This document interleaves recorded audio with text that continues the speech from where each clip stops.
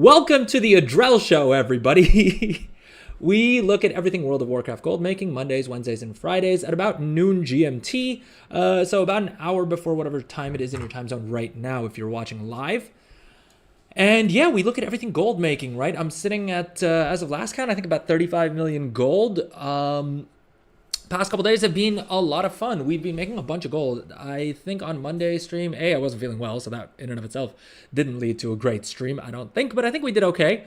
The other thing was over the weekend, I didn't play the game at all. So since Monday, I played a decent bit of the game yesterday, and I think we have about 4 to 6 million gold roughly in our mailbox on my main banker, because yesterday at a certain point, right after the servers went live, I was pulling in around 1 to 1.5 million gold per hour.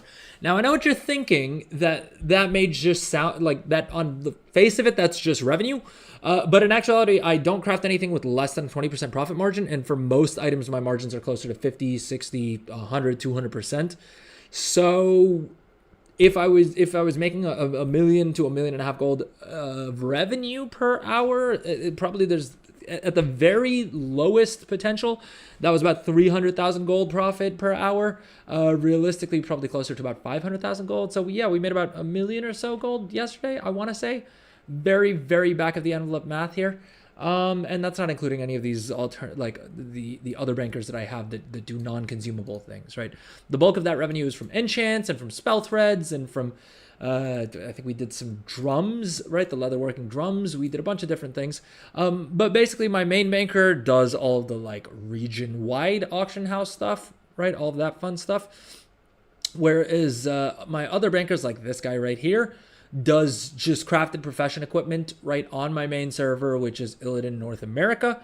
And yeah, I was also saying that I wish every day's sales were like they are on Tuesdays, because everyone gets their what do you call it, their vault, right? They get their vault loot. They may get a new spark. They may be running their I don't know, their weekly lockouts are done. I don't know if PvPers get anything else, but they also get the like little chests from the world quests, which will give them some loot, right? There's a lot of loot that comes out on Tuesday evenings once the servers go back online. And as a result, the markets for everything just spike like crazy. And I don't even get to ride the biggest wave of it because I play on North American servers, despite the fact that I live in a more EU-friendly time zone. And it's just because of the fact that I started off playing this game 20 years ago on US servers, and then most if not all of my progress is on US servers, and so I can't be bothered to like regrind out mounts and other collectibles and other things on EU servers. And so I play on North American servers, which basically means I'm never online during peak server hours for my main server, which I would not recommend if you're trying to make the most gold. Probably a better idea to be on during peak hours, at least partially. Because that is when you will see the most amount of sales. You'll have the most crafting order requests, right? It's just a lot easier to get things done and to make bigger amounts of gold during peak hours. On the flip side, some people may say that it's more challenging because of the fact that you have more competition, which is also a fair argument, I suppose. In either case, I feel like if peak server hours line up with when you're playing, on the whole, probably a better experience. And you can always choose to play. Well, potentially, it depends on your schedule. Yeah, you could potentially play a bit more flexibly and do your auction posts at a different time that's like not peak. What's up, Bailey Curry? Okay, let me catch up on the chat. PvPers would want gems per Tuesday or enchants, considering the Omen Crafts was catalyst for PvP tier, but their vendors have have a few self-sustained gems and minimal purchases required unless it's chance. But small side of the community, probably not too profitable. Yeah, I completely agree with you. The PvPers would want gems and things, gems and enchants for sure. I think the whole thing with the PvP gems though is that you can buy the PvP gems for honor from the vendor, but you still need to get them cut, right? Because that's a market that I've been tempted to get into, is just cutting PvP gems. But the main issue I have is that I don't PvP myself, so I know that someone who does PvP and then also is in that market will always have a lower price floor than I do. which is the main reason I haven't gotten into it. But that aside, no, PvPers aren't actually that small of a side of the community.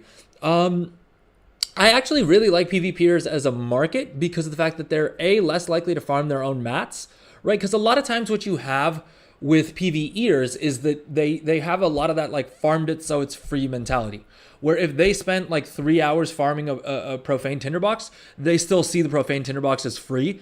And so if they're crafting an enchant that, let's say, uses a profane tinderbox, they are willing to sell that at a much smaller price compared to someone like me who's just buying 50 profane tinderboxes off of the auction house, right?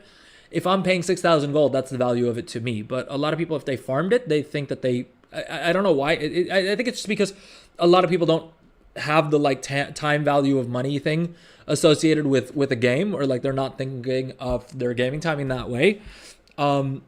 But PvPers generally aren't farming things like profane tinderboxes, so they're usually happier to spend gold on those things.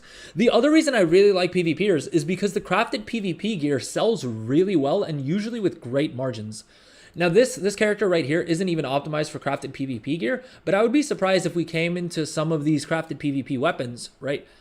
And you'll see the margins are absolutely amazing on him. I mean, this is admittedly looking at the rank 4, which the auction house prices are kind of messed up for. But even if you look at the rank 5, right, our crafting cost is around, I don't fully agree with the 6,300 gold amount. I think the actual crafting cost should be, where's the window that will tell me? Cost optimized, I think it's hidden, not there, that's not it.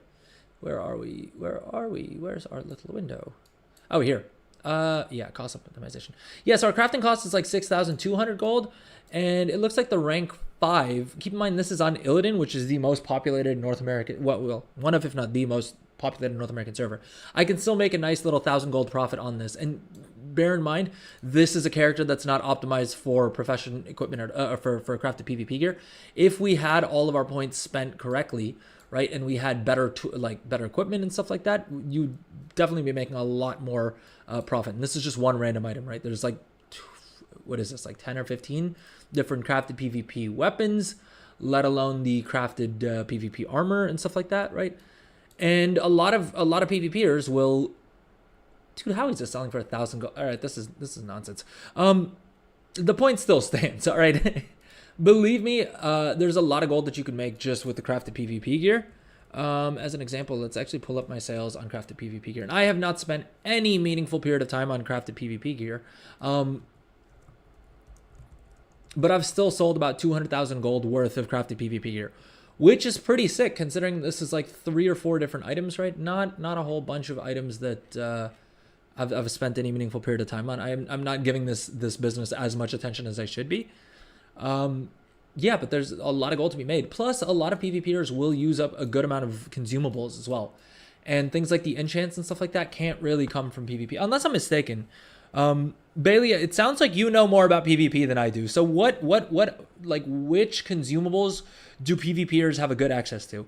Because I've also wanted to get into the honor potions, right? I honestly didn't realize until I started tinkering around with alchemy that this expansion, you can actually just buy a flask that'll give you like bonus honor, which seems kind of insane. I'm guessing any and all PvPers would want to have that flask up at all times, right? But I also wasn't sure if there was like another way to get those potions or those flasks rather through actually PvPing. And so that's why I didn't really bother investing too much in it. But I would love to know if you're more familiar with the PvP side of things, please let me know in chat. Definitely help me make some more gold, and heck, maybe make some content around making gold for PvPers, because I have been wanting to do a video about that, right?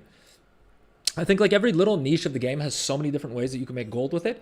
I'm literally just not getting the time and the attention to dedicate to all of the different ideas I have for gold making. And I'm making a decent amount of gold either way. So that's also not really pushing me to it. Though I think I am going to set a goal of like hitting 40 million gold by the, let's see, we're at, I think we're at last count. Let's pull this up. Let's check here. We hit 35 million gold last week on stream, I want to say. Right, when was this? September 23rd was, or was that Monday's stream? Yeah, on Monday. On Monday's stream, we crossed 35 million gold, We've crossed 35 million gold in the past as well. I'm not sure why Trade Skill Master is not showing it up, but Trade Skill Master is kind of janky. Yeah, so 5 million gold is the target. I mean, honestly, I could target probably at the end of next week. I could be at 40 million gold if I really tried to push it, which I think I should do. I think that may be kind of interesting. You're a PvP pleb, but the only consumes you can think of is the Vicious Honor Potion that I'm talking about. Yep. Over on WRAUS, going for about 200 gold.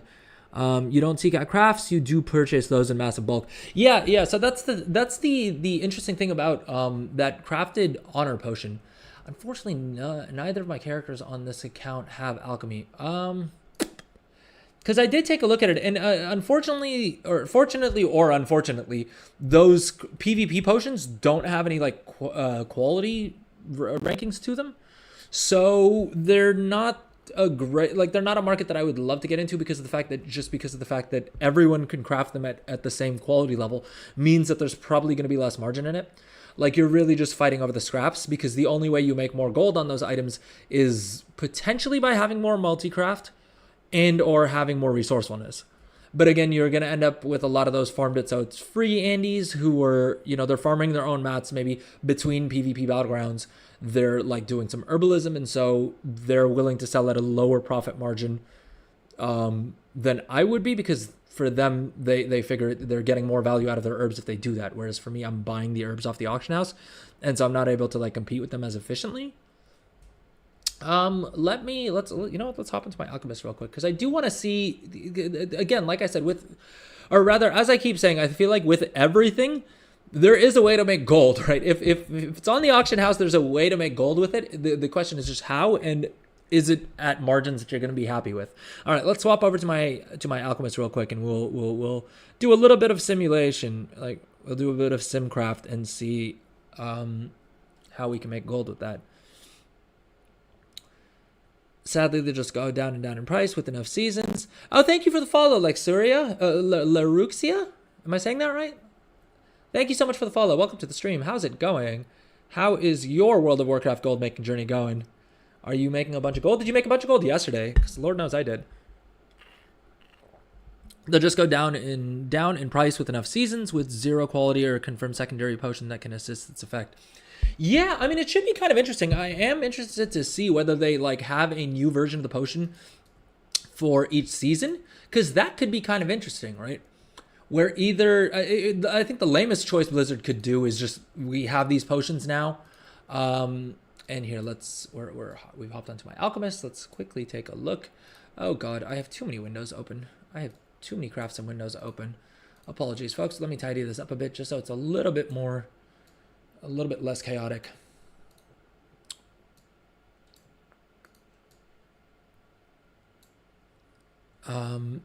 Yeah, I think the least interesting thing Blizzard could do is just leave these potions the way they are for every single season. Like that would be really boring, right? So these are the potions, these are the flasks rather that I'm talking about. The Vicious Flask of Honor, which gives you 15% bonus honor, which is insane, right? Lasts an hour and persists through death, which sort of makes sense for a PvP flask. Oh, hey, Laruxia. Sorry, I promise I will get your name down. Oh, same person over from on YouTube. Okay, what's up? Oh, thank you. Yeah, I try and have an equal quality to YouTube and Twitch. The vertical stream may not look as pretty, I'll be honest. Unfortunately, I literally just started vertical streaming last week, I want to say. And so I'm still ironing out the kinks with it. And as if you've been watching the stream for a little bit, then you may have seen the issues I had with my microphone. And that's on the regular, that impacted the regular stream as well. So we're getting there. Hopefully all my behind the scenes tinkering starts to pay off at some point. But thank you. I'm glad it looks good. And thank you again for the follow. All right, what I was saying was, so this flask in and of itself, as we were discussing, I think is something that every single PvPer would want to have, which in and of itself means that it's a great market to be in. Ooh, okay. You're saying the vertical stream looks rad when you do pop-out window, because it fits well over the UI. Oh, that's interesting. I didn't think about it that way. I did the vertical stream because I saw, some of my YouTube shorts and things like that were getting some traction. So I was like, okay, maybe it'll be cool if people are like swiping through then having the vertical stream may be handy. But I didn't think about people on PC using it so that they can like have it in the corner while playing the game, because that is actually a really good point. I mainly watch, like if I'm gaming while streaming, I'll mainly watch it on my iPad, just because I can never find where to like put the picture-in-picture like window, right? That's not covering up some part of my interface. But the vertical would work perfectly. Like you can just stick it over, you know, I mean, this side here or this side here, whatever. What's up, Legendarism? Welcome back to the stream.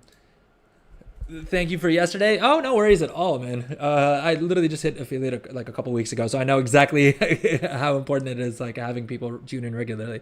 And you're always amazing about showing up for every stream, so it's literally the least I can do. But I do keep an eye out for your go live notifications. I had so many crashes and lost power. Oh, geez, that's never fun, especially when you're streaming. Yeah, I think as streamers we all have a bit of a nightmare of seeing that like Twitch stream down screen when I'm supposed to be live.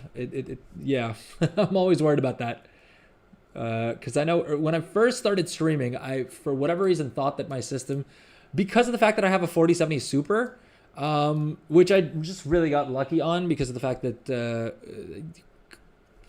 I got it for a lot cheaper than I should have. Nothing sketchy. It just worked out that way. But so I have a 4070 Super, and so I was like, oh, for sure I can run 2 instances of WoW and stream. And turns out no, not at max settings, I should say. So yeah, early on the streams used to be super janky, and a lot of times the stream would go down, and I wouldn't realize until like 10 minutes into talking, which was never fun. Okay, but what I was saying was, so these Vicious Flask of Honors, I actually started to spec into it thinking that these could be a good profit maker. And honestly, they're not terrible, right? What do you call it? This character is not optimized for it at all. And already, is something wrong with my numbers here? Or is it just because it's Tuesday? Dude, I'm making 10% profit margin on these without having blue profession equipment, without having even full skill in alchemy, and not even having put points into any of this. Yo, low key, this may be the move, because I did pick up the recipe for this just because I found it on another server super cheap. I have it somewhere. It may be in my guild bank. But I thought that I couldn't really make gold with these. But a 10% profit margin for alchemy is not bad. For most other markets, I wouldn't touch anything less than 20% just because it's too tight. But with alchemy, the thing is you can do decent volumes, right? So let's see how much artisan security this guy had. Oh, dude, this guy's sitting at 495 artisan security. So I could also slap another like almost 100 multi-craft onto this dude, which would then increase my margins. And if I have, well, I don't have any more knowledge points, but I haven't done any of the weekly stuff, and I may have some patron orders. Yo, I may be able to actually make a decent bit of gold off of this because we have fantastic flasks in bulk production. Producing these in bulk, we'll get even more benefit from the flask spillover buff, right? I don't think it works perfectly, but if we add that in, we get another 100 multi-craft from upgrading the tool here. Right, the plus skill isn't going to make a difference to us because there's no quality on these. And then we spend, let's see which of these give us more multi-craft, because that's what we care about the most, realistically speaking. Plus 15 resourcefulness, plus 15 resourcefulness. So I think alchemical mastery at least till 40, and we can easily get 7 more knowledge points. Dude, we can push to 15% profit margin on these? Yo. Laruxia, thank you for mentioning the PvP potions, because I thought like I did the math on all this a week or two ago, right? And that's why that's why I bought the recipe, and I was like, oh, maybe I should do this, and then I completely forgot about it. Had you not mentioned PvP markets on the YouTube chat, I would not have come back to this. And honestly, 15% margin isn't too bad for something like potions where it's conceivable to sell. I mean, look at that. The region average daily sold is 1,700. So I could probably push 1,000, 2,000 of these onto the market every single day and make an extra like 62,000 gold, right? 120 if I do 2,000 of them. That's wild. That is wild. Yeah, this is why, like, to be a good gold maker, you kind of need to like have your foot a little bit into like all the different like play styles and like the different little niches that exist, right? WoW is so big and there's so many different ways of playing this game and so many different things to do in this game that like any little niche it probably has a bajillion ways of making gold, right? So like for Reddit, for instance, right? I'm on the competitive WoW subreddit. I found like a PvP subreddit, and I like, and that's kind of why I sometimes pay attention to the Race to World First stuff as well. I mean, because it's interesting, and it's also like the biggest event that WoW does. I feel like outside of launches, but also because a lot of times you'll pick up stuff about what people are seeing as like this is what the best players in the world are doing, so I need to do the same thing. And you got a lot of ideas for like different markets or like different spaces to go into because of that.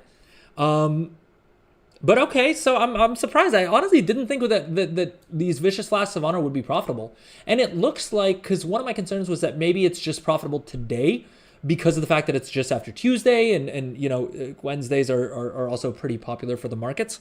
But it looks like actually the prices are lower than they usually are, which is kind of interesting. Let me catch up on chat real quick. You can't thank me enough for being unique. Oh, don't worry. You're gonna make me blush. You're gonna make me blush. Oh, thank you. I spread happiness and hope. I'm happy to hear that. Oh, that's so sweet of you, Legendarism. Thank you, thank you, thank you. You did tell me alchemy is gold, to be fair. I never doubted that. I just never got around to actually doing anything with alchemy. Which is purely because out of sheer laziness, if we're being honest here.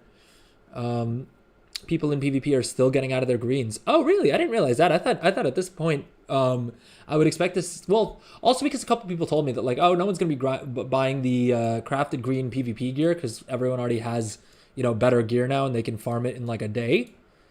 But if you're saying people are still farming honor, that probably means that there's still a decent enough market for the crafted PvP gear. I mean, I'm of the opinion that I think however late you are in the season, the crafted PvP gear will still sell. Because a lot of PvPers like to have alts, right? They may have just leveled up a new alt and they want to slap some basic PvP gear on them, easily push to eye level 606, right? And if you can just buy a token and get a full set of gear, and with the War Within, there's even crafted PvP weapons, which is also wild, right? I think a lot of people will do that. They level up an alt, they buy a token, they deck out that character in 606 gear. Like that's a deal I would take if I cared about gearing or PvP or like trying to get an alt to the front of things. You could do. There's a lot worse choices you could make than that, right? Because yeah, you can farm up all the honor gear, but I mean, 90% of what we do in this game is try to find more efficient ways to play less of the game. So if people can like swipe their credit card and or you know, or they have gold from boosts or whatever else, and they can use that gold to make the grind a little bit quicker on an alt. I mean, people will do that, right? Like that's the entire purpose of like 90% of the items that we're selling, right? Like why do people want better gear? So they can clear higher level content more easily. Why do people want enchants? Why do people want gems? I mean, you name it, whatever the markets are, that's what everyone's doing. And crafted PvP gear fits into that very well as well. And I also think because of the fact that a lot of people are overlooking the crafted PvP gear is why there's a lot of potential in it because there's not as much competition. Other than me, I haven't really seen too many other content creators talk about it either. So, I mean, to me, that's always a good sign. I feel like, and I've mentioned this on stream multiple times, but I feel like anytime you, like once you see content creators, outside of maybe me, because I'm a very small content creator, let's be honest. Like everyone watching this stream, everyone watching the VOD as well, could all get into literally the exact same market and we probably still wouldn't be enough to like impact each other. But the second you see like one of the larger content creators out there make a video about something, that is the time to buy that item, right? Stock up on it because everyone and their mother is going to be crafting them or farming them if it's a farmed item, right?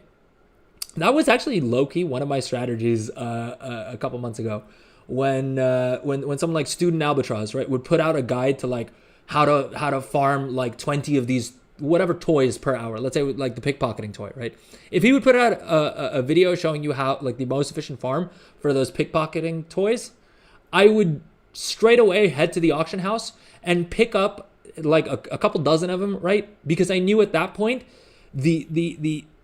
well, like a day or two after that, the price for that toy would suddenly drop to the floor, right?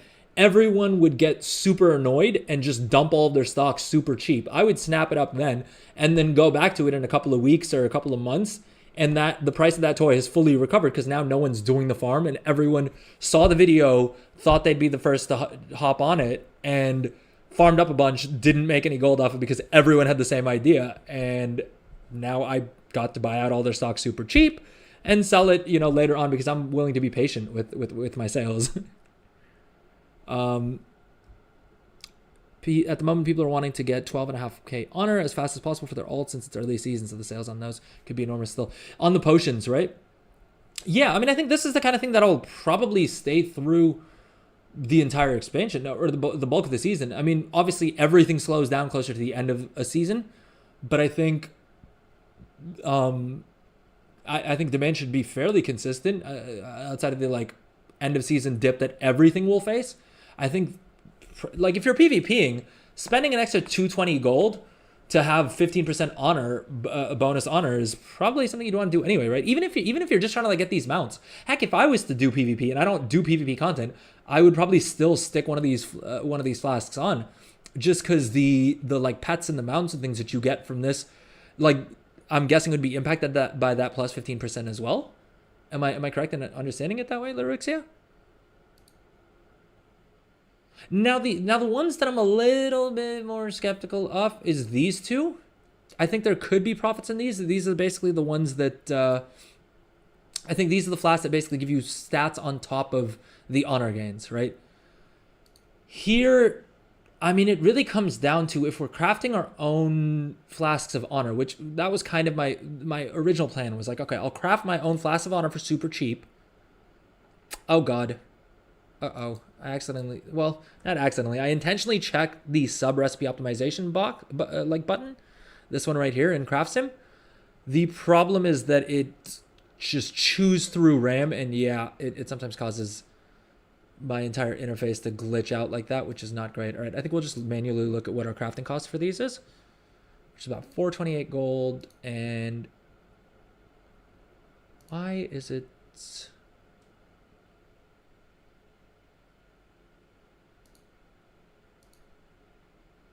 okay. In any case, the point is here, these ones I'm not sure how exactly people are making profitable.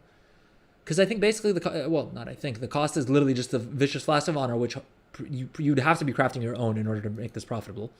And then six of one of the herbs, right? And despite that, on the face of it, we're losing 21%. I wonder if that's just secondary stats bridge the rest of the gap. Because having more skill isn't going to help us here, right? The only other things are resourcefulness and multi-craft. And presumably by upgrading this to the blue version, you'll get, let's say, another 100 multi-craft. I'm assuming we get some more multi-craft from upgrading to the blue cap as well, right? And then I don't know what, 30 more resourcefulness maybe. That still doesn't get us very close. And this is why I honestly don't spend more time on alchemy, because it is just a game of such slim margins, right? And a lot of the top alchemists, well, first of all, I mean, I say allegedly, but actually someone was talking about it on Reddit earlier today, just openly, that they exploited to get all of their knowledge points. And so I already know that it's a much more competitive market in general, because when people figured out that they could exploit to get all of their knowledge points, alchemy was always one of the first markets. Alchemy is always going to be one of the first markets that gets exploited, just because of the fact that there's so much gold potential in it. And so that in and of itself makes it a market that I don't really want to compete in, because I'm not willing to exploit. And it's also wild to me that people are just openly posting on Reddit that they exploited as oh yeah, I did the strat with XYZ. And I'm like, you just admitted to an exploit. I literally left a comment saying is it just cool for us to talk about exploiting on the sub now? What is going on? Why does anyone feel okay being yeah, so I did the exploit, obviously, and that's how I made a bunch of gold. And it's what was the point of this post? Exploiting is good? Is that what we're doing now on the subreddit? I don't know. That triggered me, as you guys can tell. PvP recipes don't sell. People just get green, then farm conquest. Is a slow conquest. You don't need crafted gear, maybe only weapon. Yeah, I mean, I heard that you can get the conquest weapons for your characters pretty easily, right? You just have to farm up 2,500 conquests or something like that, and you get you get a free glad weapon. I mean, I say free, but I mean, like, you don't have to do anything beyond, like, farming up the conquest for it, right?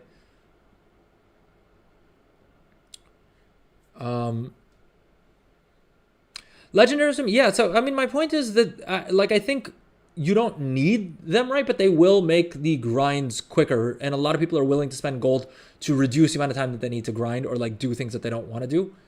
Which, like, for a lot of people, I'm guessing is farming honor, right? Like, because we all kind of, like, if I had a way that I could pay gold to not have to farm Valor Stones, I would pay a pretty amount. I would pay a pretty penny for that, right? Or if there was, yeah, that's a great example. If there was a flask that increased my Valor Stone gain, I'd pay 1,000, 2,000 gold for that, easy. Just because I want the Valor Stone rewards, I want to be able to upgrade my gear, but I don't really want to waste time farming Valor Stones. Now, I don't need the flask to farm Valor Stones, but if it will make it take less time, then I would happily pay that. If that makes sense. You get 80 Valor Stones from a Keystone? Well, so you know what I didn't realize was actually a semi-decent... like, I noticed on one of my alts, I was farming dirts in order to get the weekly knowledge point treasures. And I actually got a decent amount of Valor Stones just doing that. Doing world quests gets them easily. That was nerfed. I mean, yeah, I think it was nerfed from where you could, like, turn in 5 dirt for 10 Valor Stones, right? The turn-ins aren't that great. But I noticed my alt that I was doing it on, she was looting, like, every couple of dirts, she was looting 4 or 5 Valor Stones, which to me was a good little passive farm because I was just farming those items for the knowledge point items. So it was stuff that I'd be doing anyway. And honestly, if I need to pick between running like dungeons or just farming dirt, I'd rather farm dirt. And I guess I get an extra 5 when I turn in the actual dirt as well, no? Do you get a decent amount of Valor Stones from doing delves? Because that's the only, like, endgame content that I've actually done any of. Or like in any serious way. Like, I ran a couple of LFRs here and there, but the eye level was so crap that I didn't really bother running it again. All right, we're doing the typical Adrelshaw thing where I'm just flying in circles around I was gonna say Valdraken, but I mean and then I was gonna say Oribos. All right, if that's not a time to take a break, I don't know what is. I meant Dornagal. I mean that I'm flying in circles around Dornagal instead of actually doing anything. All right, so let's take a quick break. We'll come back, and then we may actually try and kit out this dude to do these alchemy flask things. Although I do have another alt as well that has alchemy that isn't my main alchemist, but has some decent stats on him already and may have some more artisan security that we can spend. So it may make more sense to, like, throw the recipe on that dude. But okay, let's take a quick little break. We'll come back, and then we will get into making gold with PvP flasks, I guess. Not anything I've had planned for this stream, but I think could be interesting all the same. Yeah, all right, so see you guys in a few.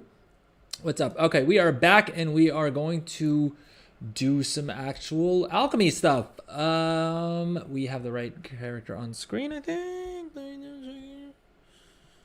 Let's see here. Are we good? Are we good? All right, I think we're good. I usually try and keep the stream open on, like, my iPad so I can make sure that I actually have the right thing open. And Twitch has decided to tell me that it's time to update. Not in the middle of stream. Come on, Twitch. You know I'm streaming. What are we doing here? All right. I think we've got everything open. I think we got all the things going. Dude, I feel like I'm in a cockpit. I feel like an airplane pilot. I'm like, I gotta check all the systems, gotta make sure are the wings in the correct position, or is the microphone switched on? Is the audio working? Oh god. I literally have I literally made myself like a little checklist in my notebook of like all the things I need to check before going live. The problem is like every time I add another platform or like try and add another feature to the stream, that list just keeps expanding. And I'm not gonna lie to you guys. You guys know this at this point if you watch my stream for any meaningful period of time. I'm generally always running a little bit late, and so then in a bluster. I don't think that's the word. In a flustered. Yeah, I get all flustered and try and do everything. All in super quick timing. Words, hard, mouth. Anyway, All right, we were saying that we were going to try and put together a build for this Vicious Flask of Alchemy because I really like this item, and this is definitely something that I want to be able to sell. The question became whether we do this on this guy or if we do it on my other alchemist, and I think my other alchemist may be a little bit better suited. All right, he's also on this account, and let's take a look at our little alchemy build here. So this guy has 108 alchemy knowledge, of which we're fully maxed out on Fantastic Flask, but the only one we care about is Fantastic Flask and Bulk Production. The profession files don't actually help us at all here. So that's a couple of wasted knowledge points for the purposes of crafting this item in specific. Beyond that, we have 28 points in Alchemical Mastery, and we don't have any unspent points other than the 7 that we'll get from doing the weekly stuff, right? Which would allow us to get to 40 points here, which is all we really care about because that'll give us 15 more multi-craft. All right, and we have, what is it? We're sitting at 495 Artisan's Acuity, which means we can get one of our profession equipments, not both of them. And we can't buy any more knowledge point books, which we would want to try and get the multi-craft that's available from this tree, the Mycobloom lore, and the Blessing Blossom lore. All right. And the reason I'm talking through all of this out loud is because this is what I recommend everyone who's trying to do gold making. Like, this is kind of the level that you need to get into in terms of understanding what you're doing. Obviously, if you really wanted to, you could do like, the sweaty things like the Artisan's Acuity Shuffle, or according to the subreddit, the exploit that apparently people just feel comfortable talking about on the subreddit these days. But I don't want to do any of that, and I don't want to encourage anyone else to do that because I think it's super degen, and I don't think it's a fun way of playing the game. And so that's why I'm not going to recommend anyone else do it. And yeah, so the point is you don't need to waste a bunch of time and energy and gold on doing sweaty things like the Artisan's Acuity Shuffle and stuff like that, but you do need to spend a little bit of time, thinking about how you're doing your builds, what sorts of things you're trying to max out, right? How you can make yourself competitive in crafting whatever item it is. All right. And for the purposes of this, it looks like this guy may actually have a better build because we said that we needed Fantastic Flask. We need 55 points, right? Which is basically 30 points in Fantastic Flask to begin with. And we need 25 points in Bulk Production, which my Hunter has, right? That's how we get to 55 points in Fantastic Flasks. But that character also has 43 points in Alchemical Mastery, which is better than this guy who's sitting at only 23 points and doesn't have any more knowledge points to spend. Whereas this dude has 2 unspent points plus 7 points that we're going to get from, doing all of the weekly stuff. Are there any other points that I'm maybe missing out on? Nope, I think that's more or less it. The other thing that dude can do is he's sitting on a good amount of Artisan's Acuity from what I recall. Yeah, 925 Artisan's Acuity, which is important because that means we can get him both the multi-craft hat as well as the profession tool, which is going to give us a whole bunch more multi-craft, which is also good, and some more resourcefulness, which is not super valuable, right? Resourcefulness only is worth about 5 silver per point here, so probably not going to pay off a resourcefulness tool enchant, at least a rank 3. We'll probably stick a rank 2 on him just because the sheer volume that we'd hopefully be crafting will hopefully pay that off. Yeah, I think the move is to definitely do this entire flask, the PvP flask production exercise on that tune instead, right? Because we can get those 2 things. Plus, if we channel a little bit more Artisan's Acuity in, we can also start buying up the knowledge point books that come from Artisan's Acuity, which will also give us some more multi-craft, which is what we're really focused on here. Now, ideally, we'd get to 35 in Mycobloom lore. I think it's gonna be a while until we get 35 more knowledge points, though, unless we spend all of the Artisan's Acuity on the knowledge point books, which won't make sense because right now we can get more by spending the Artisan's Acuity on the equipment instead, right? Yeah. And presumably Blessing Blossom, we'd have to spend, 35 points in here as well to get more multi-craft. Right? Is there anything I'm missing? I think that's it. I think that's more or less it. The fact that he is less skilled doesn't really make a difference because we don't have an item quality for this item. And so skill isn't going to make an ounce of difference in terms of anything. Am I being dumb, and are there any other points? Are there any other advantages that this tune would have over that one? Nope. And also, we don't need to necessarily stick this build onto a goblin with alchemy because of the fact that the 5 bonus skill isn't going to help us in any way, shape, or form. So if we instead get this dude to focus entirely on these vicious flasks of honor, we're good. We're good. That's efficient use of that profession slot on that character. And I don't think because that is also my main engineer. I say main engineer, my only engineer for now. I do need to train and level up engineering on a couple more alts, including one of the gnomes that I have that gets like bonus skill to engineering. But that dude is mainly built for crafting profession equipment, and he's pretty decent at doing that already. So I don't think I need to worry about having more profession equipment or like, yeah, using up the artisan's acuity for engineering on him. Because there is another engineering build that I want to do. I think we talked about it on stream the other day, which is basically focused on building the battle reses, right? The engineering battle res used to be that it always required you to be an engineer to use it, but with the War Within, it doesn't require any engineering skills, so anyone can use that for a free battle res, which is kind of OP, especially for like, you know, +5, or what do you call it, Mythic Plus, or potentially even like higher tier delves if you're doing them in groups, right? If you don't have a class that has a battle res, more or less anyone can pick up a battle res by just buying one of those items off the auction house, which could be handy. I think probably more useful for Mythic Plus. I don't know if people are going to be spending as much on running high difficulty delves, but again, I may be wrong. So if you are running high tier delves and you would be willing to spend a couple thousand gold on a battle res, let me know, because maybe I'm missing something. All right, so this is the character that I'm talking about, my hunter, who has alchemy and has no wasted points. Right? Yeah, nothing wasted in any of the trees that we don't want points in. We have Fantastic Flask maxed out, we have Bulk Production maxed out, and we have Alchemical Mastery above 40. Now, technically, the 3 additional points we put in here are a little pointless, technically, for the purposes of being able to do these Vicious Flasks of Honor any better, but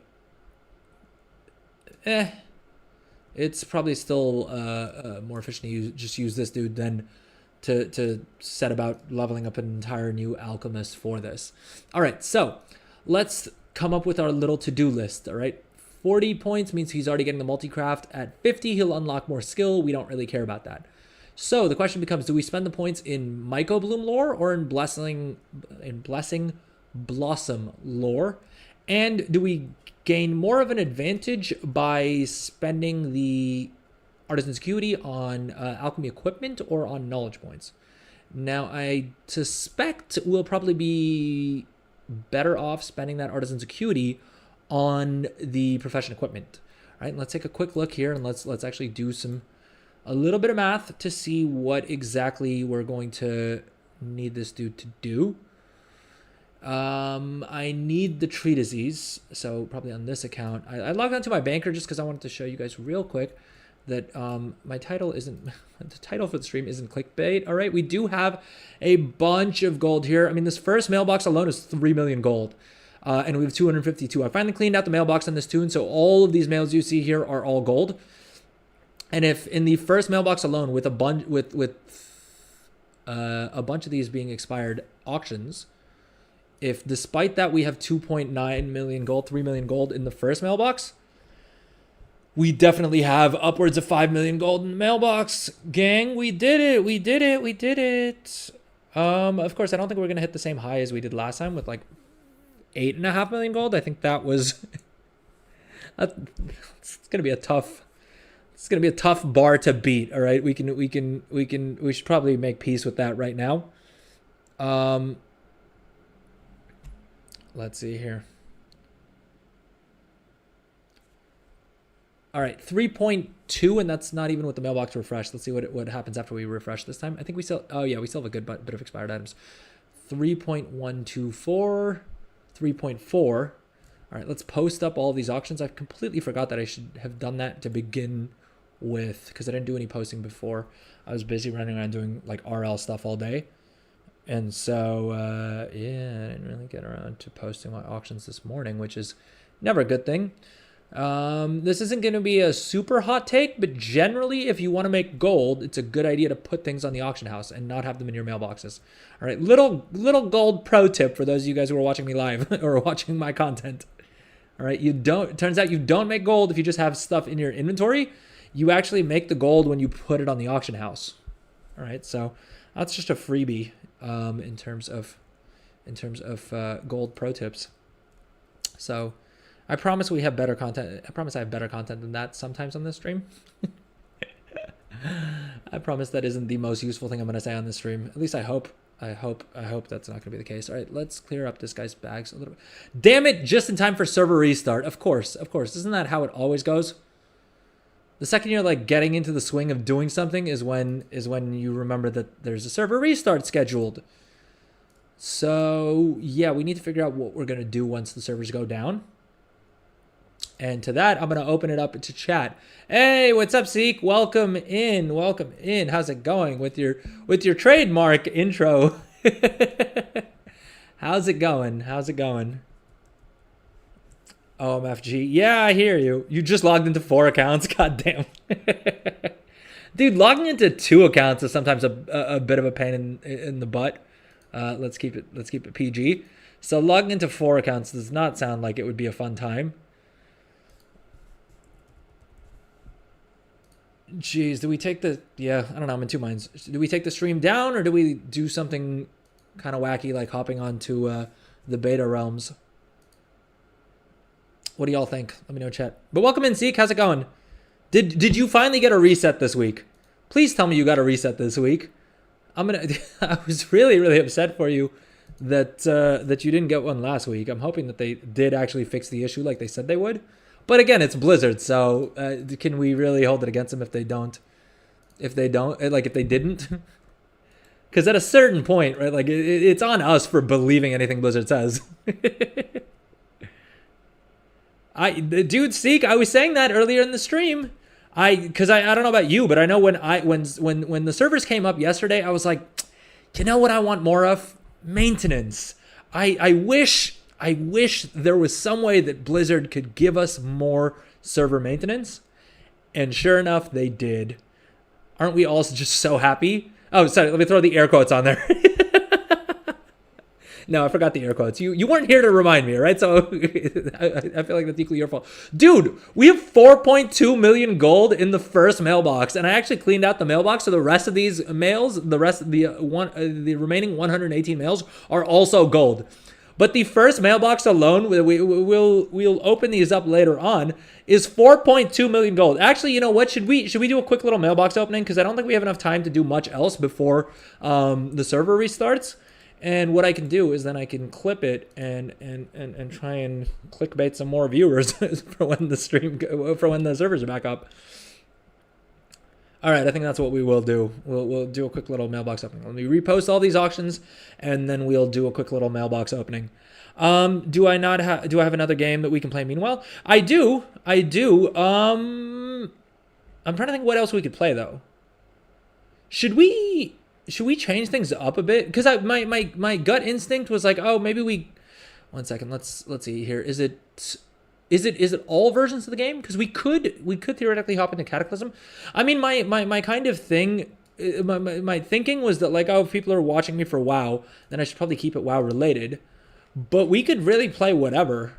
Should we do some Hearthstone? Was my gut thinking? We can leave the Blizzard ecosystem? Come on now. Let's not get too crazy, all right? I want some viewers. But we could play Hearthstone for a little bit.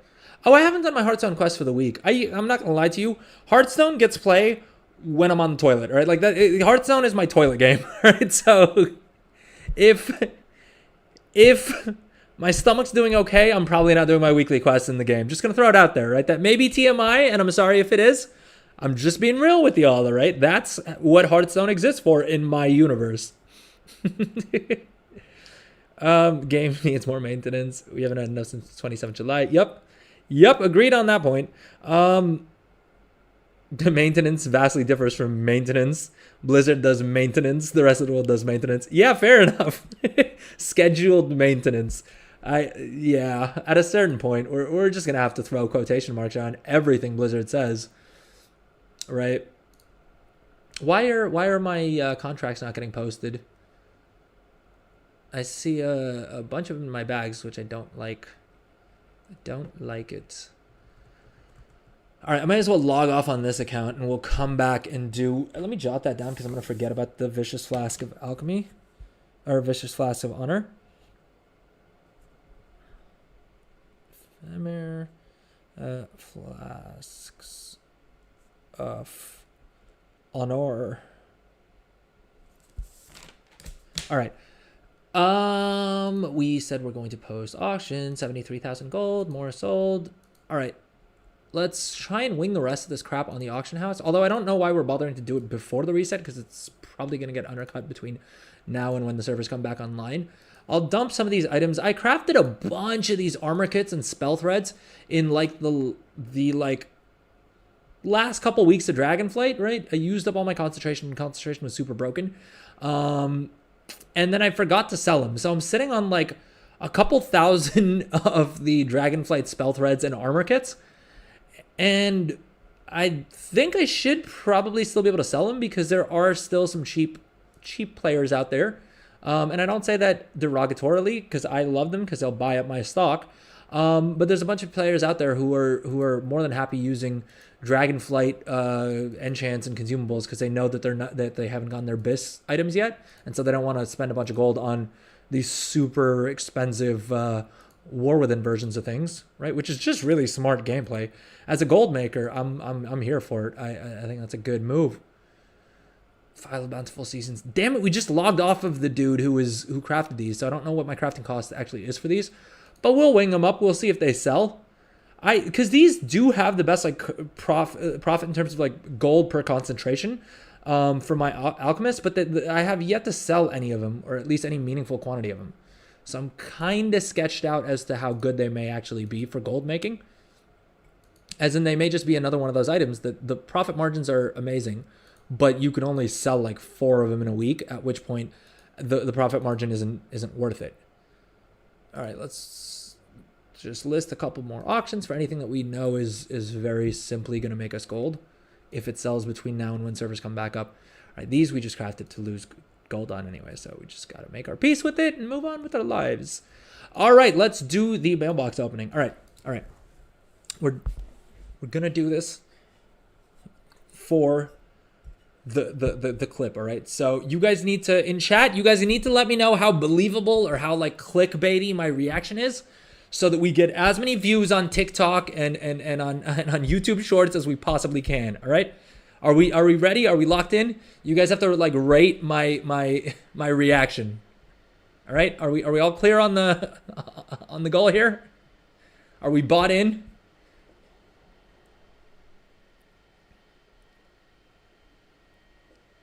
I'm not seeing any messages in chat, so I'm not sure if we all understand the assignment.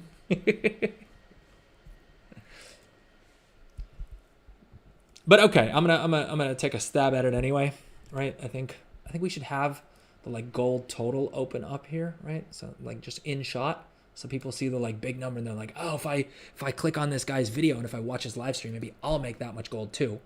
All right. All right, gang, let's see how much gold we have in the mailbox. Dude, 4.2 million gold in the first mailbox? That is wild, especially because we have another 118 mails here that aren't even opened yet. So this is easily like a 6 million gold, maybe 7, 8 million gold mailbox. And this is just one day of sales because we opened up the mailbox on Monday stream. Dude, so in like a day and a half, we've made about 6 to 8 million gold in revenue, of which more than half is profit. So that's like anywhere from like 3 to 5 million gold in profit in like a day and a half. That is wild. To figure out how, come join my live stream on TikTok, Twitch, YouTube. Am I missing anything? I think that's it. What do you guys think? Did my YouTube voice work? I probably would have made more, but the servers were dead on maintenance for like 18 hours of the past week. Yeah, I probably would have made more gold. Let's be honest. And also, if I didn't take the entire weekend off, all right, I went full casual. All right, I like had a social life this weekend, right? Hung out with my wife, hung out with some friends. All right, was just very, very casual about this whole thing. Oh, sorry, one second. I think we said we'd actually open the mail. All right, so we gotta do this again. I gotta throw YouTube voice back on here, or TikTok voice, maybe. Is there such a thing as TikTok voice? I've heard other content creators have YouTube voice. Is it TikTok voice a thing? I'm sure it is actually. I've seen how people talk on TikTok. It definitely seems a little different than other platforms. All right, we're gonna act like we just casually strolled up on the mailbox. All right, gang. So let's see how much gold we have in the mailbox. Holy cow! 4.2 million gold. That is wild, and that's just the first mailbox. We have another 118 mails. Let's go ahead and pull that out. We're at 29.8 million gold right now. Another 4 million will bring us well over 30 million again. Hopefully, we smash our previous high of 35 million gold. Let's see how we're doing here. We've got a couple more mails after this as well. And if you guys are wondering how I'm making as much gold as I am, I mean, you can kind of see here, it's mainly enchants and contracts and consumables and things like that. But if you want more information, come check out my live stream on Twitch, on TikTok, on YouTube. We're on all the things. There's even a vertical stream. All right, that's how easy it is to join the stream and come figure out how to make as much gold as I am. Dude, the next mailbox is 2 million gold. All right. Not bad. Let's see here. We'll open up that. And if Trade Skill Master isn't lagging for me, it'll open them up a little bit quicker. I think it's frozen. All right, so that was 4 million gold that we pulled out. We've got another 2.1 million gold in this next mailbox. And Trade Skill Master is glitching out on me. So much for making a short out of it. Now I gotta edit the day. Oh, I'm at gold cap. All right, we're at gold cap. I literally cannot pull any more gold out of the mailbox. Let's drop down. How much time do I have? I have 3 minutes and 45 seconds. All right, let's make another little funny bit about this. All right, so we're at. Damn it. We're at 33.8 million gold. And we literally can't loot any more gold because we're at gold cap. All right, let's drop that in the war bank. Where's our little war bank thing? There we go.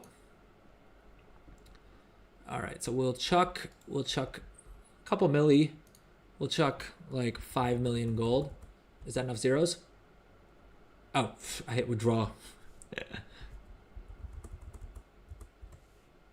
All right, we dumped 5 million gold into the war bank, and now let's get back to opening.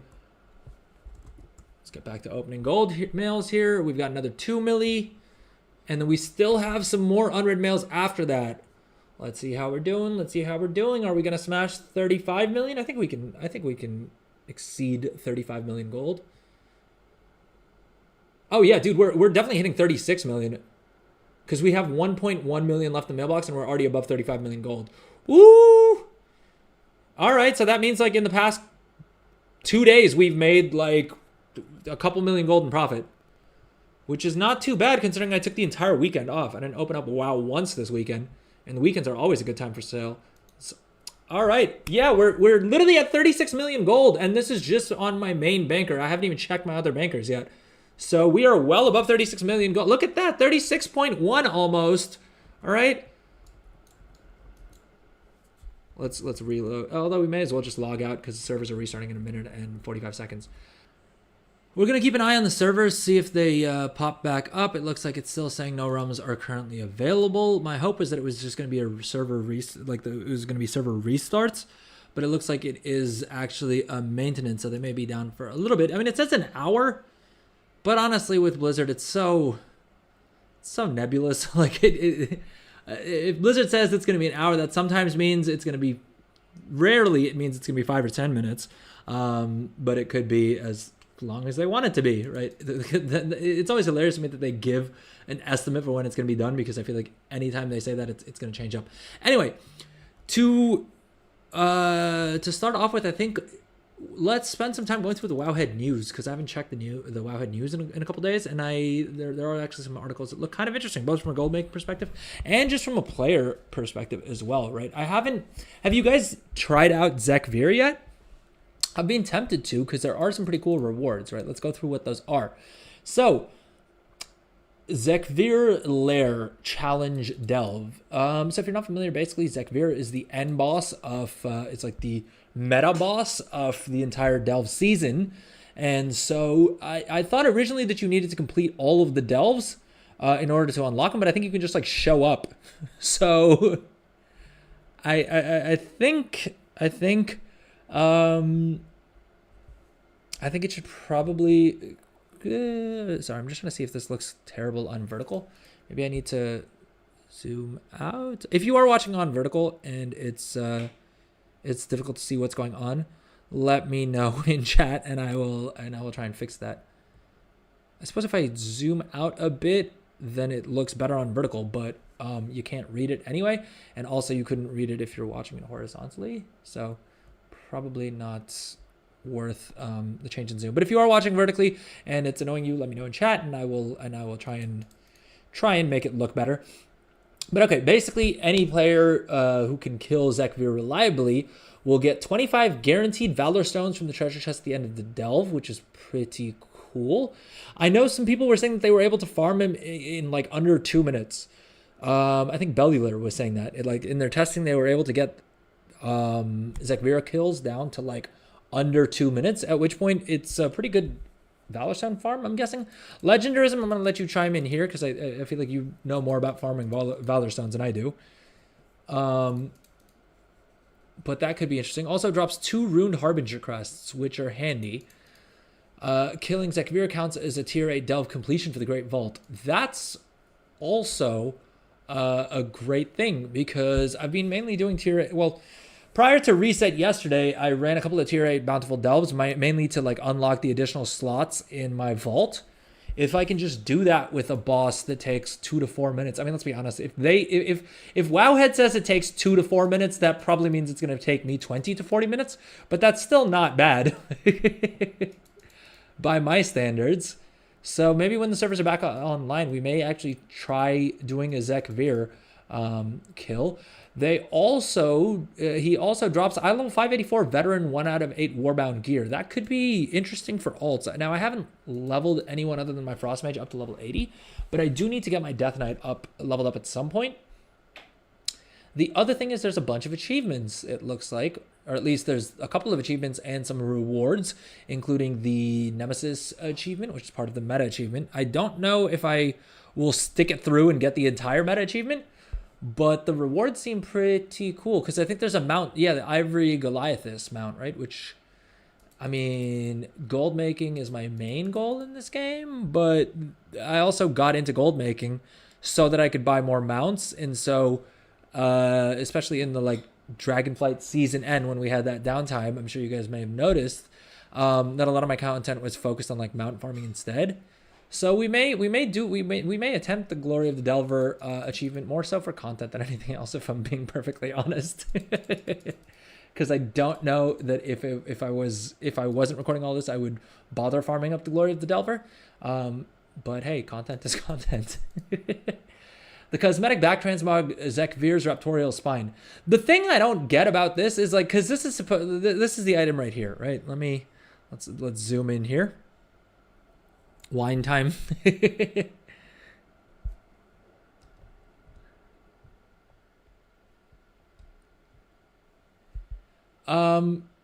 Yeah, so this is supposed to be the main reward. I don't get what the point of it is.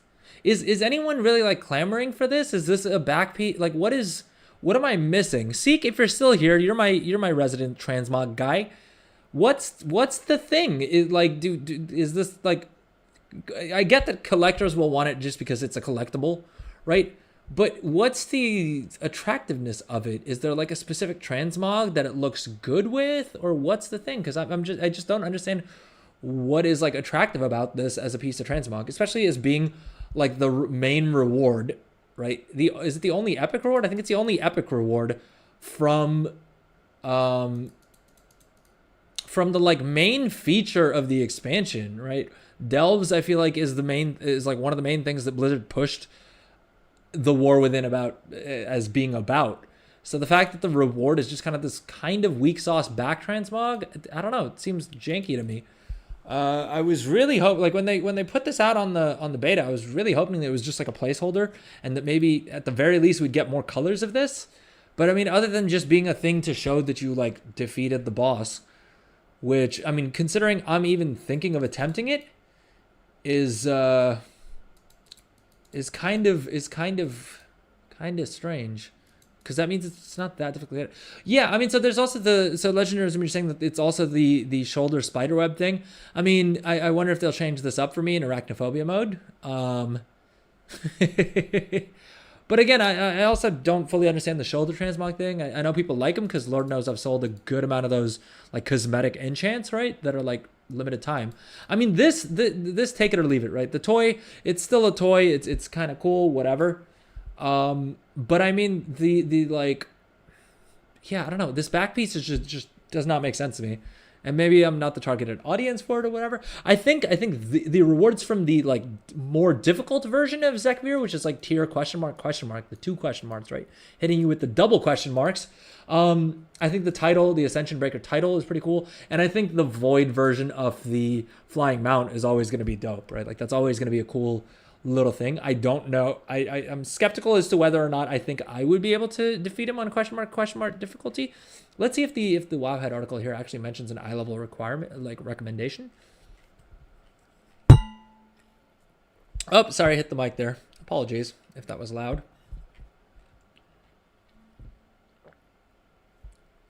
Okay, so difficulty question mark only unlocks once you clear a tier 10 delve. Which to be fair, I got to tier, like I unlocked tier 8 delves and then I didn't bother going any further. I have tier 9 delves unlocked. I just haven't bothered yet. It looks like difficulty question mark is recommended for eye level 600 players. My main just hit 600 eye level with yesterday's vault.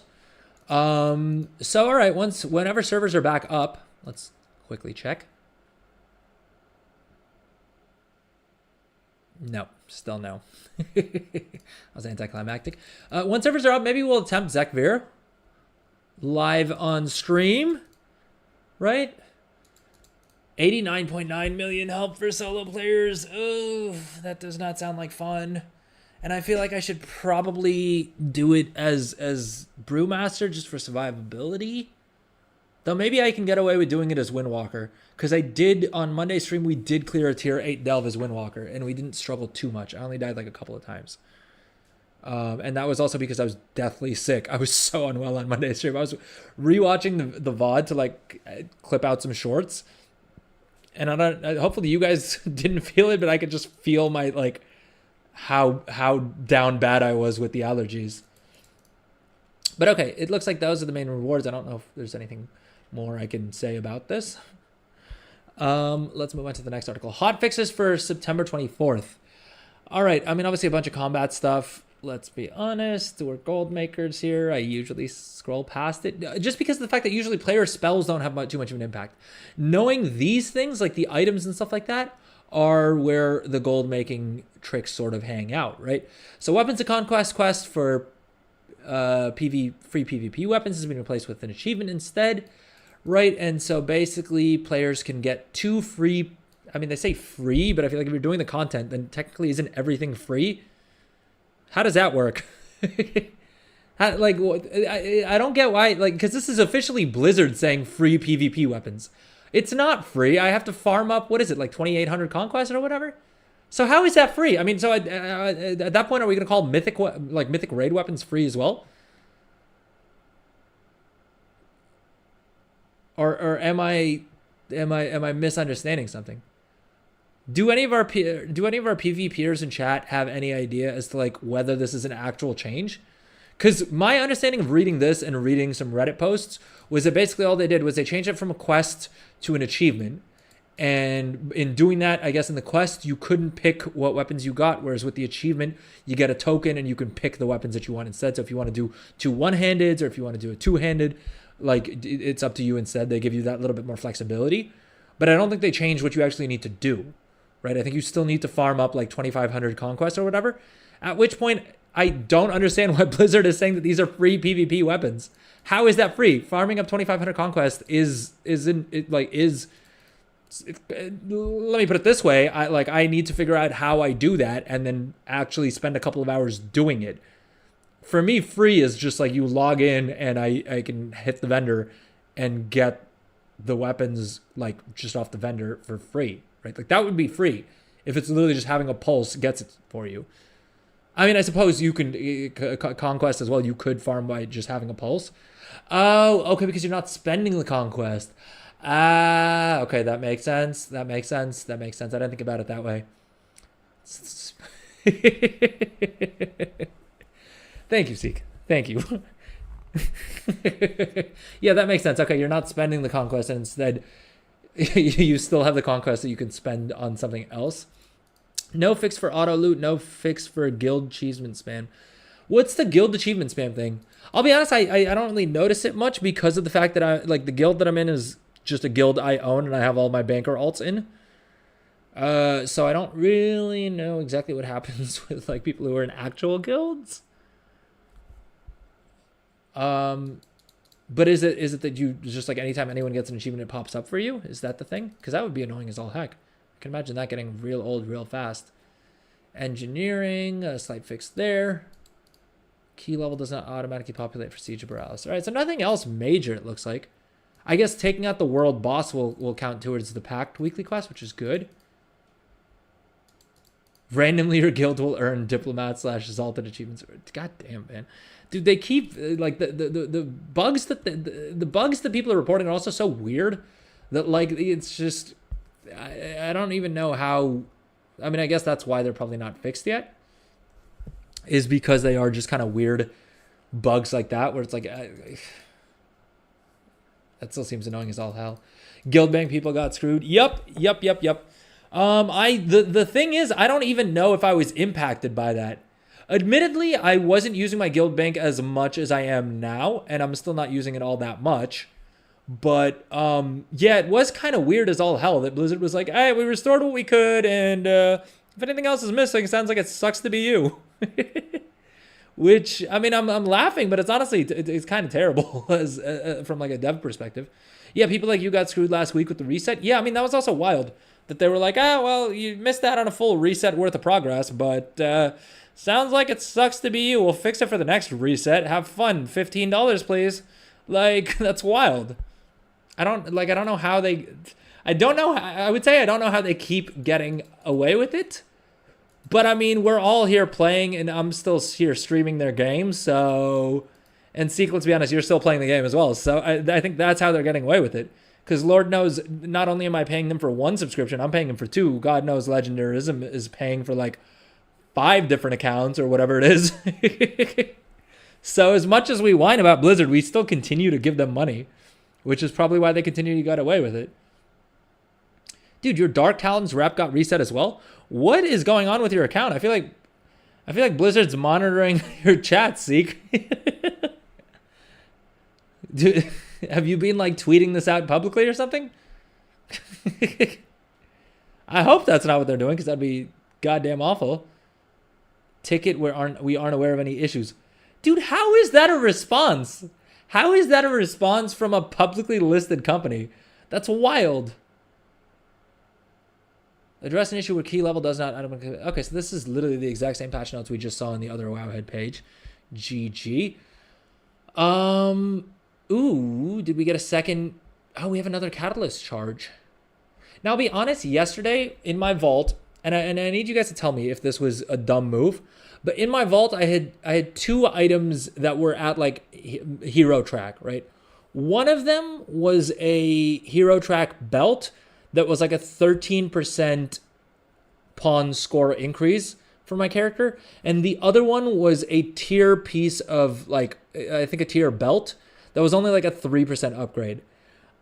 I decided to pick the non-tier piece that was a higher, more of an upgrade for me instead of the tier piece. Did I bungle that? Did I screw that up? Right? Did I mess up? Was I supposed to have taken the tier set instead? Because my thinking was we have 2 catalyst charges, so I can get my 2 set bonus from that anyway, right? But I mean, on second thoughts, I'm like, well, I could probably have gotten myself. I mean, I could have farmed Valor Stones to get myself a better belt or a better. What do you call it? I could have gotten myself another. I think it was a belt. I don't even know what piece it was, dude. Yeah, but so was that not the move? Like not taking the tier piece? Was that dumb of me? Should I have taken the tier set piece instead and then not just relied on catalyzing? Well, because presumably then if I get another piece of tier set to drop this week, I have my full 4 set bonus. Our 4 set like our tier set, our 2 piece and 4 piece bonuses that OP. Because I'll be honest with you, I haven't really ever taken them that seriously. Other than like it literally at the end of Dragonflight, where because of the like event, it was super easy to get the 2 set and 4 set bonuses. But should I be taking them seriously right now for War Within tier? You have the Forbidden Reach meta achievement, but they won't give you the damn reputation. Dude, that is absolutely ridiculous. I have no idea what Blizzard's thinking with that. That is wild. Especially if especially if you've raised the ticket, right? Like you've brought it to their attention. And then they check and said that they aren't aware of any issues. I mean, it shouldn't, at the very least, shouldn't they be like, well, how does this guy have the Forbidden Reach meta achievement if he doesn't have the reputation with the faction to begin with? Makes absolutely zero sense, which means it's completely on brand for Blizzard, if we're being honest here. Ooh. But okay, having it looks like everyone got another catalyst charge. Everyone got another spark as well. And of course, everyone got their vault as usual. So that probably explains why there was a lot more demand yesterday than there would have been on a regular week, because all 3 of these cooldowns kind of lined up, which I think is basically means that every other week is going to be the like big gold making week, right? I think that's sort of what that means. So next week, probably we see less in sales. And then the week after that is when we see like, again, another huge spike in gear in sales, because everyone's getting a second spark and a second catalyst. And so they're buying more achievement. They're buying more enchants. They're buying more missives. They're buying more craft, like optional reagents and embellishments and all that other fun stuff. Nerebar Palace 3rd Wing LFR available this week. The last 2 bosses drop a bonus 15 crests of the higher tier upon defeating them. Ooh. Okay. Unrelated, but for Dragonflight crafting, I think the only source of sparks is Season 2 stuff. Oh, yes, and Season 3 stuff requires flapstones. To create the spark, and flapstones don't exist. Well, I'm guessing you can still get the Season 1 sparks off of the initial quest, right? That you get like 5 per character. If you've done it on your main, you get like 5 free sparks on every single alt. And I'm guessing that that's sort of how they expect you to get the bulk of the sparks, right? But it does seem weird that they've not like hot fixed the remaining sparks to like not require a flight stone. Farmable sources. Yeah, I mean, in all honesty, let's be real here. Blizzard probably was like, well, they can get 5 pieces per character, and if they want more sparks, they can just like do it on an alt. Which again is not me supporting that, because I think that's a poor design decision. I don't think that's the correct way of making players think about it. But that's probably what Blizzard's thinking. If they're thinking about it at all, let's be honest. I think the fact that the sparks still require flight stones, a currency that literally doesn't exist anymore, means that probably no one thought about it for more than half a second. Or if they did, they just didn't think it was a priority, which is, I mean, it is what it is. It's Blizzard, right? Blizzard's going to do Blizzard things. The Silicon Court and Queen Anserek drop a few unique rewards for players to earn. All right, Seek, be honest. How many attempts do you have on the final boss for the mount? I feel like you're already going to tell me you have like 300 attempts between all of your alts. I mean, I'm tempted to run this, but primarily for the weapon enchant formula. And if, in all honesty, I don't even know if I did get this drop for me. Although my main is spec'd into Nerubian novelties, and so would be able to make a decent bit of gold with it. I may just sell the recipe, even if I had it to drop for me, to be honest with you. You have 9 alts rearing to go. Jeez. Although, I'll be honest, I went into LFR week 1. Like the first week that LFR dropped. I usually have a rule where the first week that looking for raid drops for any for any raid, I usually don't bother running it because the fact that everyone in there is an even bigger noob than I am. And so it's just a wipe fest, right? And each boss is going to take like 10 to 20 pulls, right? The people will wait for the stacks of like, what is it? The determination buff to kick in, right? That's been my experience with like every week 1 LFR. But I broke that rule and I decided to run it this time around. And actually the bosses went down pretty quick. And I think that's probably because of the fact that delves probably means that everyone's geared pretty well. Right, I think a lot of people going into the LFR were already geared decently well, and so that's why it was a little bit easier to face roll the bosses. But have you tried any of the other wings? Because I wonder if that was just wing 1, and I'm wondering if wings 2 and 3 are more like my experience in the past. The Silken Court and Queen Anserek. So can the mount drop from both of them? Like, do both of them have a chance to drop the mount? Or no, okay, just Queen Anserek, and it's a 1.1% drop rate. It looks like... Alright, not gonna lie, pretty cool mount. Pretty cool looking mount.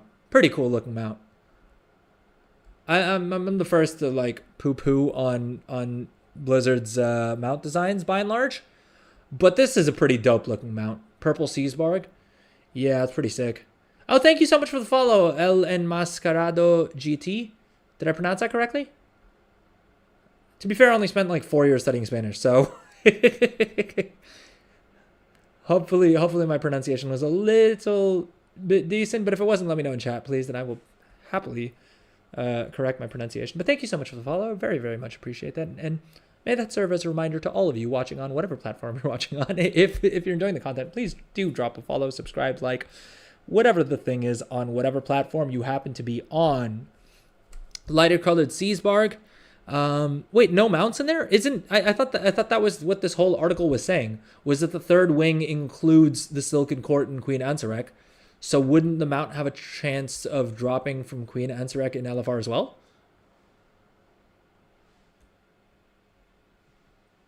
Headpiece tier token, and then you can also get the web wrap curio, which will give you any tier set armor slot.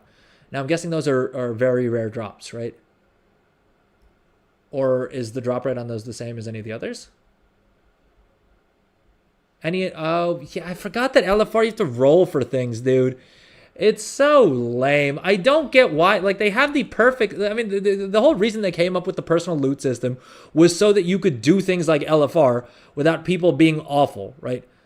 The fact that they freaking make you roll for items in LFR is so dumb. Who has loyalty in LFR? You're going to roll need if the interface lets you do it because you don't care about anyone. It's LFR. By definition, you don't give a damn about anyone else in the raid, even if you don't need the item. Heck, I'll be honest, I do that as well because I'd rather have an extra item. At the very least, I'll disenchant it, right? Like, so the fact that it's not personal loot when they have the entire personal loot system in existence is extremely dumb to me. I don't know why they continue to have that be the case. Because LFR is definitely not a situation where everyone is pulling their weight. I say that as someone who doesn't pull his weight probably in LFR, if we're being honest. All right? I mean, I'll try. It's just that I get bored. Oh, you're saying you're not wasting your time for the other wings. Yeah, fair enough. I mean, I'll run each of the wings once for the achievement just cuz. 2 to 4 drop per boss kill, but you got to roll for it. Group loot is yeah, not great. Although I may I mean, I think I'll probably run I'll probably run it on my main at the very least, just to have a chance for each of these things to drop. If the enchanting recipe drops, that'd be sick as hell as well. But again, I'm guessing I'd have to roll for it, right? Which sort of, I mean, makes it less exciting to do. All right, let's see here. Now, the realm status website is, as usual, complete nonsense because it's saying that some of the realms are up. Let's see if anything has changed. Okay. Okay. The like master realm thing is up, which hopefully means that servers are soon to follow. Though that said, it is Blizzard maintenance, so who knows? I mean, the only real good news that we have is that they haven't increased the estimated time right here. Or at the very least, it hasn't refreshed in my client. I suppose the launcher may have something else. Let's see here. No, it hasn't updated anything there either. It's also hilarious to me that Blizzard on Twitter, the Blizzard CS account, let me try to see if I can pull that up, has just not said anything at all about the current maintenance. They just decided to they have these messages about maintenance being completed yesterday, and then they just did not bother at all to mention today's maintenance. Yeah, you're probably right. That's probably why they didn't mention anything, is because they knew that they'd just get roasted. AAA trash tier. Okay. Yeah, it is kind of wild that it says scheduled. If anything, they should have had the decency to call it unscheduled maintenance, because that's what it was. It wasn't scheduled. I found out literally right as we were going as I was going live for the stream. And the fact that they didn't tweet it out or anything means it wasn't. You don't get to call it scheduled then, right? That's not a thing that you get to claim. You don't get to say it was scheduled if you scheduled it 15 minutes ahead of time. That's not how that works. All right. Yeah, 15 minutes before it happened. I wonder if the customers. You know what? Let's. I was gonna say let's give them the benefit of the doubt. Maybe the Blizzard CS team was so angry about the idea of having this customer service that they all resigned in mass, and that's why no one tweeted out about this maintenance. All right. Maybe they're technically the good guys in this. I doubt it.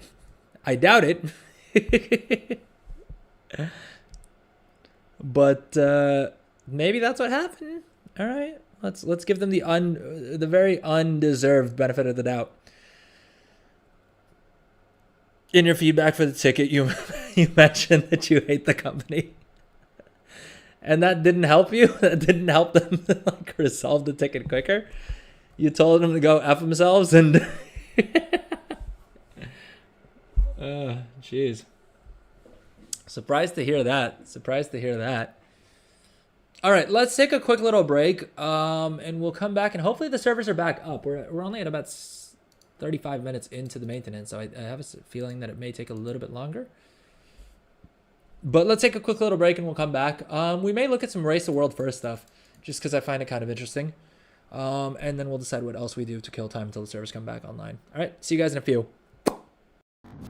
All right, so we are back, and not only are we back, but the servers are back online too. What's up? Let's go. Should I restart the client? Is there a chance that they like change the version or anything? I wonder if there's any like patch note type dealios for this. Give me 1 second. Let's see. I mean, admittedly, that's a bold assumption, right? The fact that they got the servers back online is impressive enough. I would really be surprised if they also issued patch notes in such a quick fashion. Maybe expecting a little bit much from Blizzard to not only have 56 seconds ago, Area 52 is down. All right. So it looks like servers are up except for Area 52.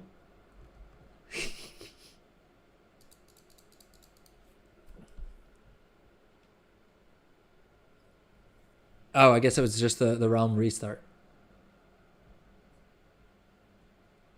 It looks like it's down again, though. Dude, that sucks. Area 52 is one of the busier servers as well. Oh, that kind of sucks. All right, are we doing Zekvir or should we do the alchemy thing? Let me know in chat, gang. Are we doing Zekvir? Should we attempt Zekvir and see how we do on that, or should we try and set up our alchemy, dude, with the honor flasks?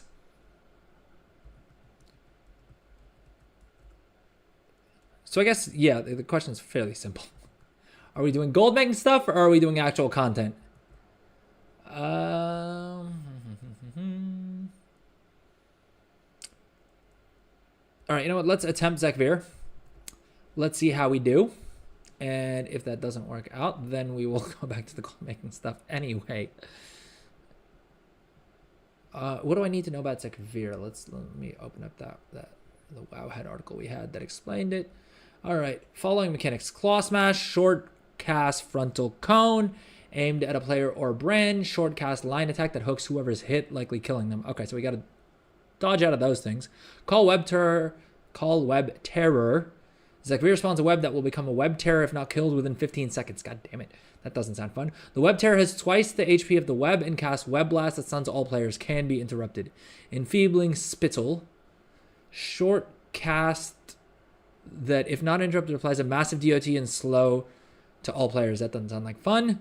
Short cast AoE fear round Zekvir that you need to move out from. Okay. I mean, none of those sound particularly fun, but I suppose if I was to read like the mechanics for a tier 8 delve in general, I probably wouldn't like what I would see. So yeah, I think we will just do some world content. All right, we'll try and get our little satchels. We'll try and do some actual content. Oh, for Christ's sake! Now my mount macro isn't working. What are we doing here, Blizzard? All right, reload interface it is. Again, I forgot this is the Adrel show, and we're not allowed to have a stream unless we have a bunch of interface issues along the way. Fun times, fun times, happy fun time, happy fun time, happy fun time with interface issues, interface issues.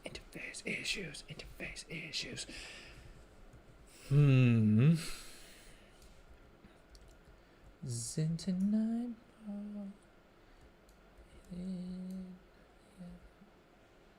And our mount button's still not working. Did one of my freaking add-ons get disabled or something? All right, let me update add-ons real quick. And of course, the cursed servers are slammed. Mounts. This is up. Settings. Control W. Oh, works now. Okay. We didn't restart this. We didn't reload the interface again, but it is what it is. All right. What meta quest did I pick, or did I already complete it? Area 52 Worst Realm Lover. As a proud Illidaner, I think that's what we call ourselves, right? I will more than agree with you. Although Area 52 has super cheap PvP recipes. So I can't hate on them too much because I do like being able to pick up PvP recipes nice and cheap. All right, I only have 36 Valor Stones. Because basically what I'm trying to do, and this may be dumb, and if it is, let me know in chat, is I'm trying to get these stupid boots to 593 so that I unlock the achievement to get the crest discount on all my alts so that I can start spending crests on them. Because I haven't spent many crests on any of my alts yet because I was like, if I'm this close, that's the only piece of non-593 gear I have. And if we're lucky, one of the Bountiful Delves or something or the other will drop a 593, will drop 593 boots for us, and we can save our Valor Stones for something else. All right, what are the other world things I need to do? Weekly dungeon quest. We'll get it done at some point. We may do it on stream. Let's see. We'll see.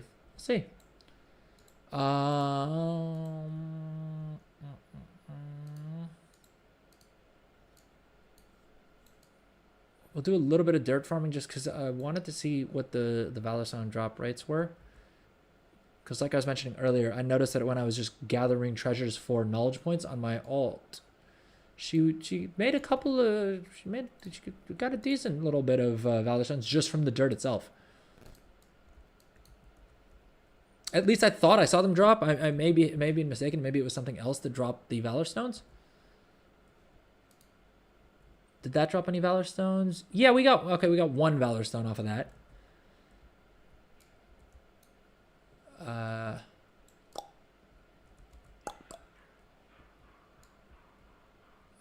But I have seen as many as like 4 or 5 drop from the dirt.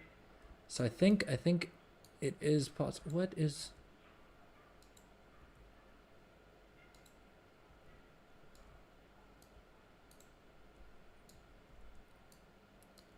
I love that I want to attempt Zekvir and I still and I literally can't even figure out the mechanics around dirt farming. It's a good sign. That bodes well. I'm sure Zekvir will be easy enough. Oh, I hate my interface right now. Dude, it's so cluttered. I've got like 3 different things overlapping my chat box. Because I have the WoW chat, I have stream chat, and I have my weak aura overlapping it for whatever reason. What quest do we have here? Frayed Legacy, or let's... Oh, hold up. Wait, does completing the end, the, what do you call it? The max level campaign gives some flight stones, right? Is that a good source of flight stones? Because I think I did the math earlier and I think I needed like 75 or something like that, somewhere in that order of magnitude flight stones in order to unlock that achievement. The crest discount achievement is what I'm talking about. Are like is I also need to do the endgame campaign because I want to do the story mode version of the boss of Queen Ansarek for the free Ruined Harbinger crest we get from that. I haven't spent my spark yet, and I'm low-key glad I didn't because I did get some hero... Like, I did get a hero weapon off of... Because I would have probably spent my spark on a weapon, and I did end up getting a hero... weapon off of the time walking event, and so I'm glad I didn't spend a spark on that because I also got 2 champion weapons off of time walking, right? These two champion weapons. So now I can save my spark for something else. I don't know what. Presumably, in all honesty, I could just use it for my boots. Is there? But the problem is that I technically need to have. I mean, if I really want to try and be a min-maxer, right, for once in this game, for anything other than gold making, if I decide I want to min-max things, then ideally I think I should be technically using the Dark Moon embellishment, right, and the other, like, writhing armor banding or whatever the heck it's called. Oh, wait, you were saying world quests are also a good source of Valor Stones, right? Kobold Tunnels Destroyed. Why am I not getting rep for this one?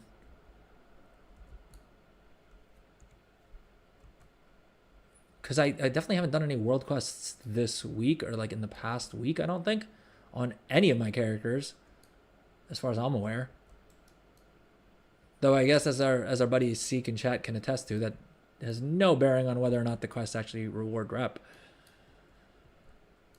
Okay, we gotta blow up one of these. TikTok chat is in the way. One tunnel down. We got another tunnel over here.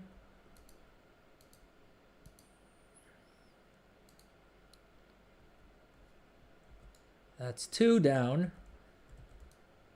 And where's our little something different? What is that? Oh yeah, also forgot I got this add-on called Chore Tracker that's supposed to tell me what I like, all of my like weekly chores.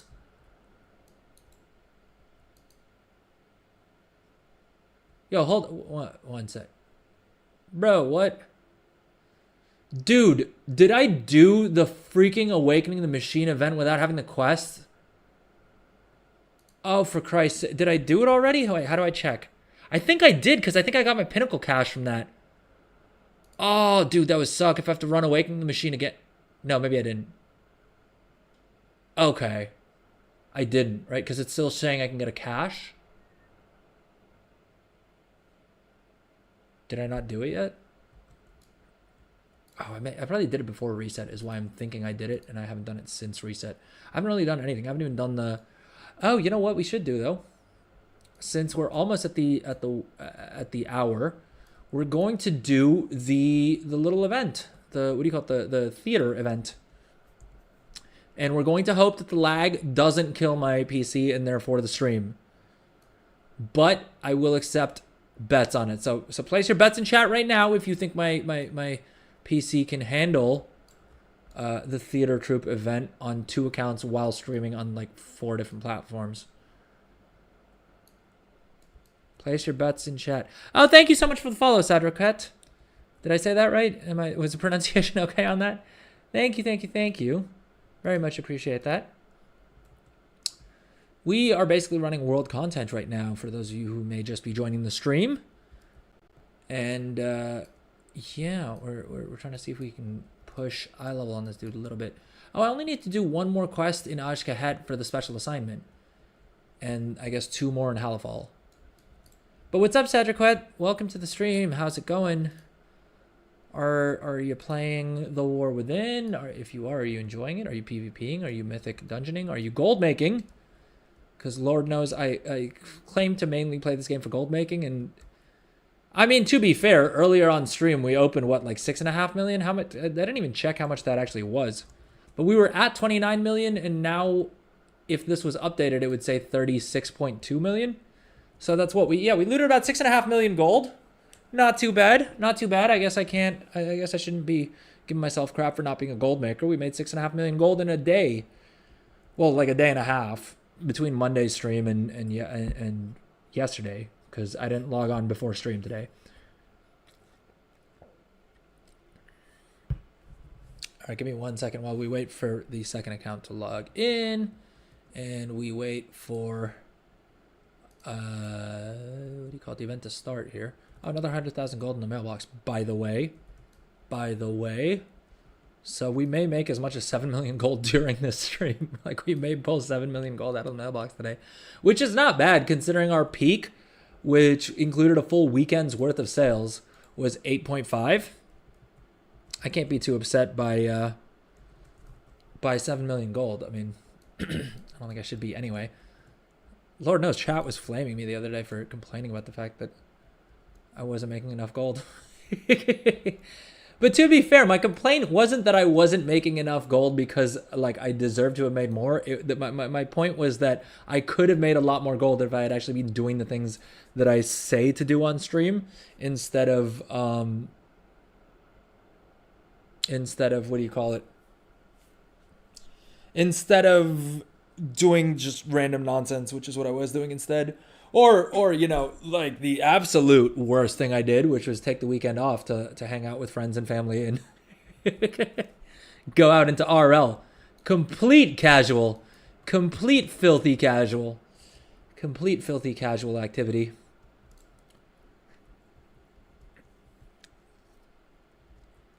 Gold cap already, disgusting. We did hit gold cap earlier in the stream, to be fair, before servers went down.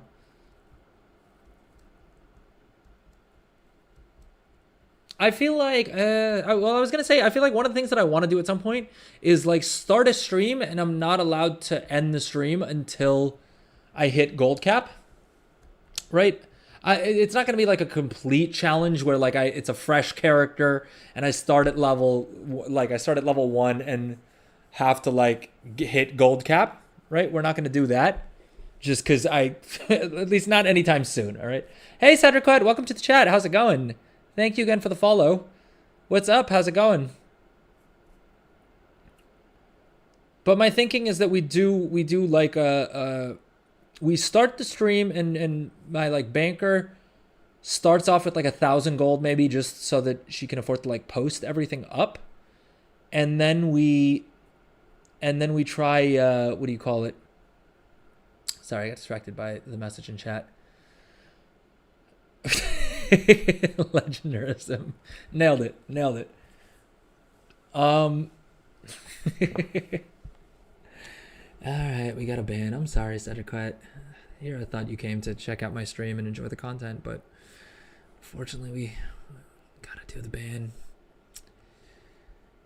Oh, it's a shame.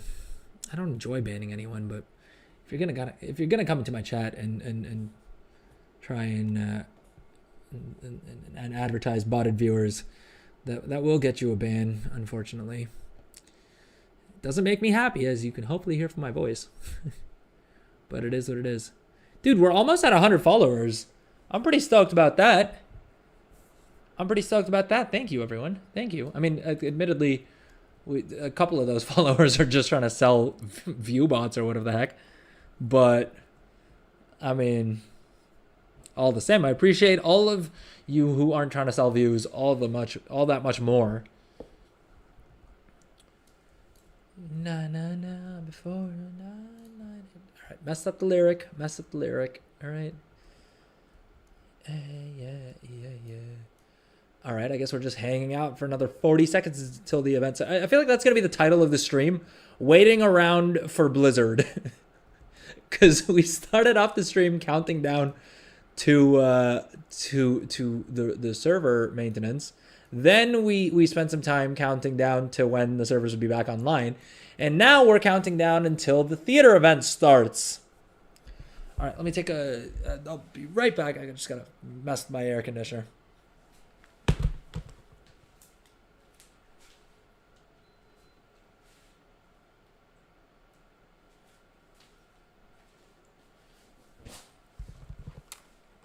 All right, we're back.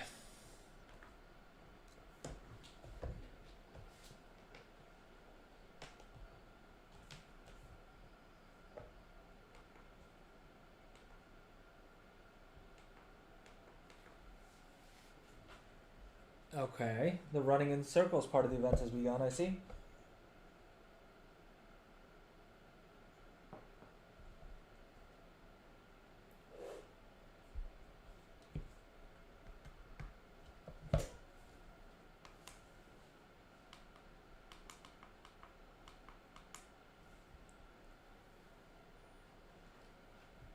All right. I suppose we should participate in the event a little bit, right? Do our part. By which I mean we're going to tag a couple mobs and get enough credit for the quest and then not do anything else. Is there another way to play events in this game? You show up, you tag the thing, you get enough credit for quests, and then you just AFK until you get your free rewards, right? That's how events work in the world of Warcraft. I think we're all familiar with this.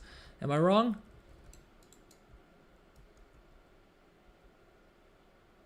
Unless it's like end of season, then there's a chance that you may not get the like epic satchel, and so then you need to push a little bit to try and make sure that you get the best possible rewards.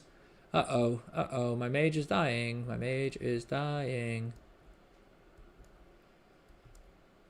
Why don't I have... Oh no, I didn't start the event. Oh jeez, dude, I probably missed out on the first satchel, didn't I?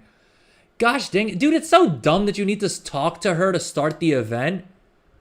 Oh, that's so dumb. We missed the green chest. Dang it, that's not cool. Why does Blizzard do it that way? If I'm in the area, give me the dang rewards. What are we doing here, Blizz? Why are you pretending like me talking to this dude at exactly the right spot? Oh, and she missed out on the blue chest as well. Did she? Yeah, she didn't get the blue chest. Dude, that's whack. That's whack as all heck. Pfft, my main died while we were doing that on my mage. God damn it. Listen, let it never be said that I don't continue to come up with creative new ways of dying. All right? I've said it before and I'll say it again. Pound for pound, best streamer at dying in the world of Warcraft. What do you guys think? Do you guys think that I can defend that belt? Dude, and now my main didn't get the epic chest because I was literally running back from the dungeon when the chest popped. Oh, you gotta be kidding me. Oh, dude, why is this so janky? Hey, what's up, C-Tax? Welcome to the stream. How's it going? C-Tax, you always manage to get your timing perfect because you always join the stream right as it's getting good. You skip the first, like... the warm-up period where I'm like getting my act together, going through the bulk of the technical issues. The servers are down, right? All the unfun stuff you manage to skip, and then you show up just in time for the fun stuff. which is the move, I feel like. Going pretty good, man. We pulled 6.5 million gold out of the mailbox earlier. We got delayed by the fact that we hit gold cap, and I didn't realize that the reason that the mails weren't opening was because the character that I was looting on was at gold cap, which is always a good problem to have. And then we killed like an hour reading Wowhead articles and hanging out until the servers came back on. But luckily the maintenance didn't get extended, and also got done roughly within the time frame that they said, right? I think it was up like 10 or 20 minutes early. So that was pretty good. But how's everything going with you? How's your gold making going? How are your drops treating you? How's RNG treating you? Because Lord knows on Monday, dude, I ran another freaking bountiful delve on Monday's stream. And do you want to guess what we got? Do you want to guess what piece of loot we got out of our bountiful delve coffer? Servers were down? Yeah, US servers were down. I think you play EU, right? I got yet another freaking trinket, dude. Check this out. I think this was the trinket that I got. This one, Scroll of Momentum. Now, admittedly, it was probably not a trinket I had already, but I literally have multiples of every single delve trinket. I disenchanted a couple of them just to get the weekly knowledge points. But yeah, I just keep freaking getting delve token trinkets, which is never fun. Well, there is the rare occasion where I don't get a trinket, and instead I literally get the same shoulders like 7 times in a row. I think I disenchanted one of these as well, but I literally had the exact shoulders, as in same eye level, same stats, crit, and verse. The only difference was this one dropped with speed, but this was like 3 drops ago. This was 3 shoulder drops ago. So RNG is not being in my favor. But yeah, servers were down for an hour. Blizzard claimed it was scheduled maintenance. I'm doing the little air quotes thing. I don't have my camera on right now, so you can't see it. But yeah, they claimed it was scheduled maintenance because they scheduled it like 15 minutes before it happened. Legendarism, you're saying you had a craziest match in Hearthstone against your same class? What class were you playing? What class do you usually play? I feel like with Hearthstone, I don't really pick I pick a class based off of whatever the weekly quest is, and then I just kind of do that.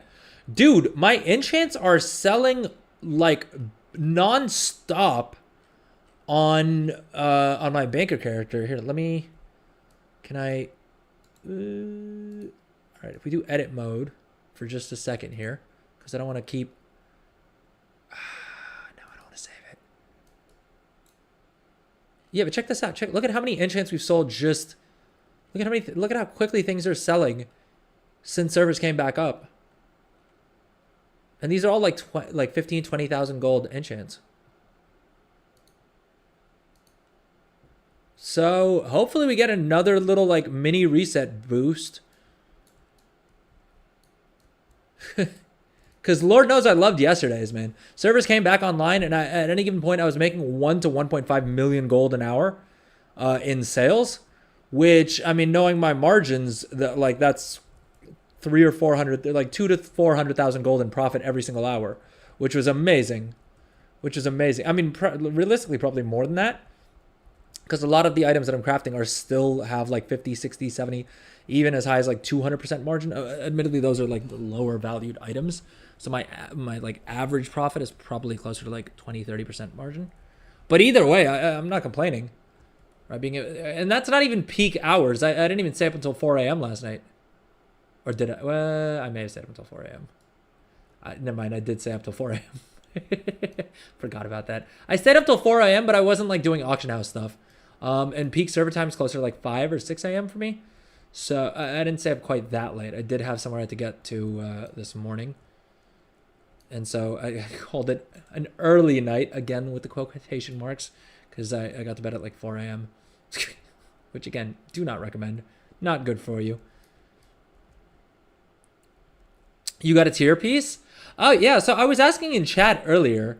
My vault did have a tier piece, right? I unlocked only 2 of the like highest eye level vault slots.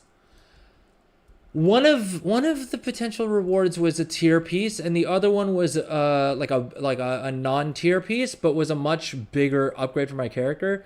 And I picked the non-tier piece. Was that dumb as hell of me? Because I thought that I can just throw it into the catalyst.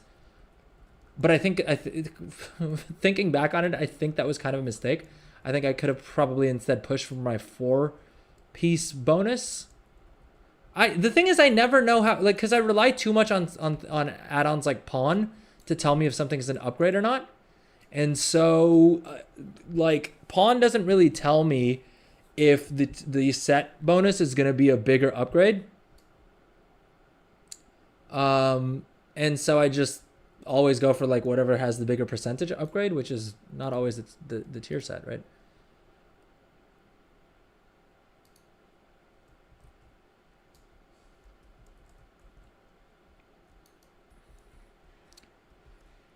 Oh, you're saying it doesn't matter if yeah, because I guess I'm not really doing any like, well, the most like end game content I do is tier 8 bountiful tier 8 delves, occasionally bountiful, not occasionally, actually only bountiful. I haven't really done any non-bountiful delves. All right, we unlocked a transmog and we got another restored coffer key. My mage is just dripping with bountiful coffer keys. Because I haven't run any bountiful delves. Well, no, that's a lie. I ran a couple of like tier 1 and 2 early on in like the expansion for rep, but I haven't done any like tier 8 bountiful delves on her yet, which I think I may as well. Dude, yet another trinket. See what I'm saying? See what I'm saying? We get yet another trinket on my freaking main, dude. I don't know why Blizzard thinks I need so many trinkets, because I already have what's considered the like. I'll say they're on. Let me put it this way. I'll say they're BIS list trinkets, right? Now they're tier like C in the BIS list, but they're still on the BIS list. So technically, it's a BIS list trinket, right? I think we can all agree that counts as a BIS trinket, right? If it's on the BIS list, I mean, sure. Again, small side note, it is in tier C. Show which one. The trinkets, I mean, it told me that the BIS trinkets that I can get from delves are detachable fang for my Windwalker monk. Let's centerize this on the screen. Is detachable fang and quick candlestick. I mean, I have all of the other trinkets that you can get from delves. I don't think shining Wrath or Insignia, which is the one we just got, is any better, right?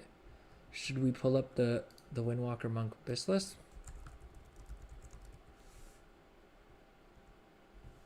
Let's see here. Let's see. Trinkets. Yeah, I think all these come from raids, right? And this one comes from, these two come from dungeons, like mythic dungeons. Dead Eye Spyglass and Paragon Crystals and Nubix. Yes, I mean, okay, they're tier B. They're not quite tier C, but I mean, they're better than everything else I've gotten, I suppose. Because I also did get this one, I think, Ovanax's Mercurial Egg. I don't know if I got that or if it was in my vault. No, I did get it. Never mind, I did get it. But again, it's a C tier. Wait, what got buffed?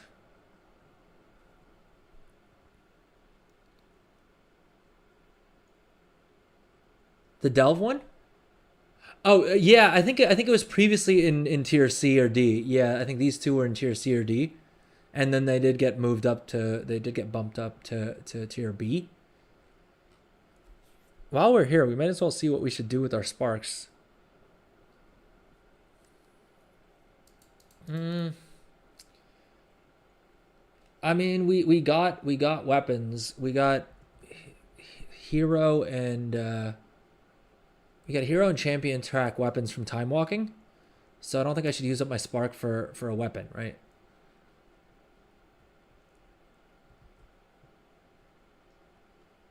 And then it says any piece of equipment made with writhing armor banding. I mean, the annoying thing is that I literally crafted pants with, well, I crafted both a weapon. I crafted this weapon with the BIS embellishment, and I crafted pants with the BIS embellishment for pants. And somehow that still ended up, I ended up getting a hero. Yeah, last week's vault gave me hero tier pants that were a massive upgrade anyway, so none of my embellishment stuff is equipped. Should I do boots? How many Valor Stones do we have? Do we have enough to 146? Yo, is that enough for me to upgrade my boots and unlock the crest discount for my alts? That could be interesting. That could be interesting. Let's see here. Let's see here. Boots, waiters. We're still short. We're short by 4 freaking Valor Stones. All right, let's do the... probably not a good idea, but whatever. What's done is done, and now we're just gonna go farm dirt for a couple minutes until we get 4 Valor Stones, because apparently that's an amount we need. And I might as well do this on 2 characters at once, right? What's the downside, really? Although she doesn't need any treasures, so she's probably better off just camping out at the auction house and reposting things, because Lord knows we're selling fast. Dude, things are still selling. All right, I managed to get lost within Dornigal itself, which is wild considering how much time I just spend flying around Dornigal talking to chat. You'd think at this point I would at least not be losing my way the entire time.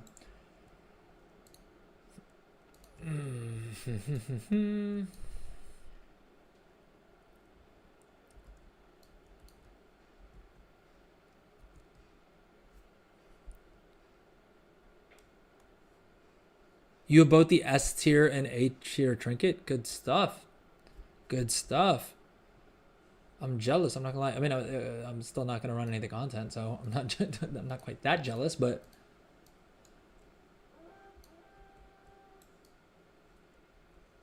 On a scale of S to D tier list, where's Dornigal? Honestly, pretty close to S tier for me. I think it's definitely one of my... I don't know how much of it is also just newness bias. I liked Valdrakken as well. I liked some part... Like, the one part I liked about Valdrakken was that all the crafting stations were outdoors. Because you could just mount... Like, you could be mounted and fly around to each of them, right? Which was kind of nice. I do kind of hate that you have to unmount... Like, the engineering and blacksmithing crafting tables are kind of annoying as all heck to me. Oh, I forgot to see how many Valor Stones I need. I think I needed only 50 of them. Yeah, I think I needed 50 of them. So we'll keep farming dirt for a little bit longer. Yeah, in terms of, like, Ouroboros being the worst, I don't know what they were thinking about. Like, I don't know what they were thinking of when... I don't know what they were thinking is the phrase that I'm trying to put together. I don't know what they were thinking when they created Ouroboros, because it was just... yeah, Ouroboros is definitely tier F. Like, Ouroboros is by far the worst city. It was so dumb, dude, with the 2 levels, and for whatever reason, all my add-ons would break if I went upstairs, which felt like it was downstairs, but was actually upstairs, and for some reason you'd go upstairs to jump down into the mall. Like, I think is how it's supposed to be lore-wise. I don't know. Dude, it was trash. It was trash here. Dalaran, I don't know how much I like it as a city beyond the fact that there's just so much nostalgia. Dude, I got a VR headset a couple years ago, right? And I found this like VR like little plug-in thing that you can use to like there's this creator who puts out VR versions of like different video games as like areas, right? And one of the things he had was a VR Dalaran. And so I explored Dalaran in VR, which was trippy as all heck, because I'm so familiar with that city, right? We all spent a bunch of time there during Wrath, and then again during Wrath Classic, and then during Legion, and I feel like in between as well, there's a lot of times that I've either had like banker alts parked in Dalaran, or I've just been like in Dalaran for one reason or another, right? So like it's definitely one of the most nostalgic places in the World of Warcraft for me. And I'm not gonna lie, my wife got weirded out because I got a little like I got some goosebumps exploring Dalaran in VR because it was just surreal that like this place that I've spent so much time in a video game, I can now like walk around and like actually explore. I mean, it's a super janky little like application. So it's not like there's any mobs or anything, right? Like there's no NPCs or anything like that. But yeah, it was super trippy exploring Dalaran like that. So Dalaran's A tier for sure. I'm trying to think what what would my actual complaints about Dalaran be? No auction house unless you're an engineer. So that alone means it can't be S tier. Right, so there's that. Shathrad is probably B tier. Because I like Shathrad. It's not the worst. Right, it's got some cool little nooks. I think one of the reasons I like Shathrad is also because it was the last expansion that had a bunch of like vendor recipes that's always been my gold making strategy at the start of any new version of this game is I will figure out what vendor recipes can I buy and sell at a profit, right? And so Shathrad is great for that because there's a bunch of recipes that you can pick up only from certain specific limited supply vendors in Shathrad. And so every expansion I would go back, and every version of this game I end up going back to Shathrad at some point or the other just to pick up those recipes. But I'll give. So wait. We should do them in order. All right. Give me 1 second. Let me hit my air conditioner. What's up, Midro? Welcome to the stream. I saw you just joined us. What's up? How's it going? Give me 1 second. Let me hit the air conditioner. We'll be right back.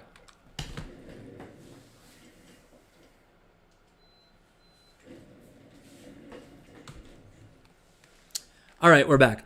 Let's do these in order. So classic. I guess for classic are we considering? For Horde, it's simple enough. Orgrimmar is the like has always been the capital city, right? With Alliance, it's a little bit more of an even split between Stormwind and Ironforge. I suppose I could rank all three. Orgrimmar is S tier for me by far. Because I'm super familiar with it. I know where everything is. Plus the what's the area called? In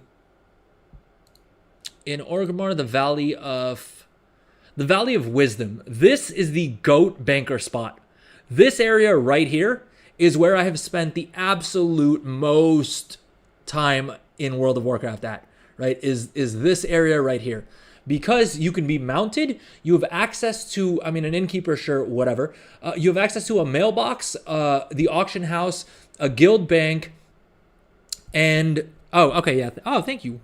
Thank you for the link. I forgot that we can do an actual tier list. All right, let's do this. I've never done a tier list before. I'm excited for this. All right. So I think we already said, do we have Dornigal on here? Can I add an option? What does the live voting poll thing do? Oh, I got to log in for that. All right, no, screw that. Can I add an option? Oh, it's not updated to it.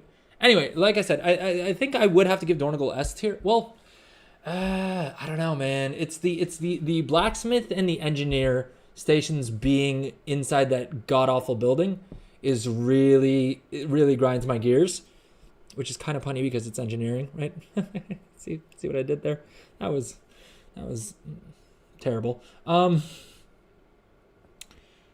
second, let me catch up on chat here. The worst one is Garrison. No one but you and a whole village. Yeah, well, I like that. The thing is, I really like Garrisons because I always wanted player housing. And so Garrisons were the closest version of that.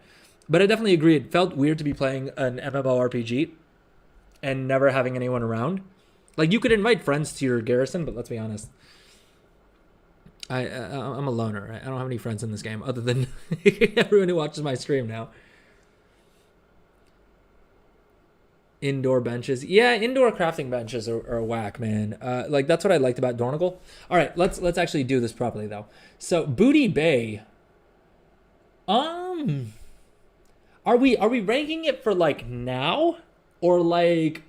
Well, I guess we can... I guess it's pointless to, like, do fond memories. I'll slap it with the good. And the reason I'll do that is because...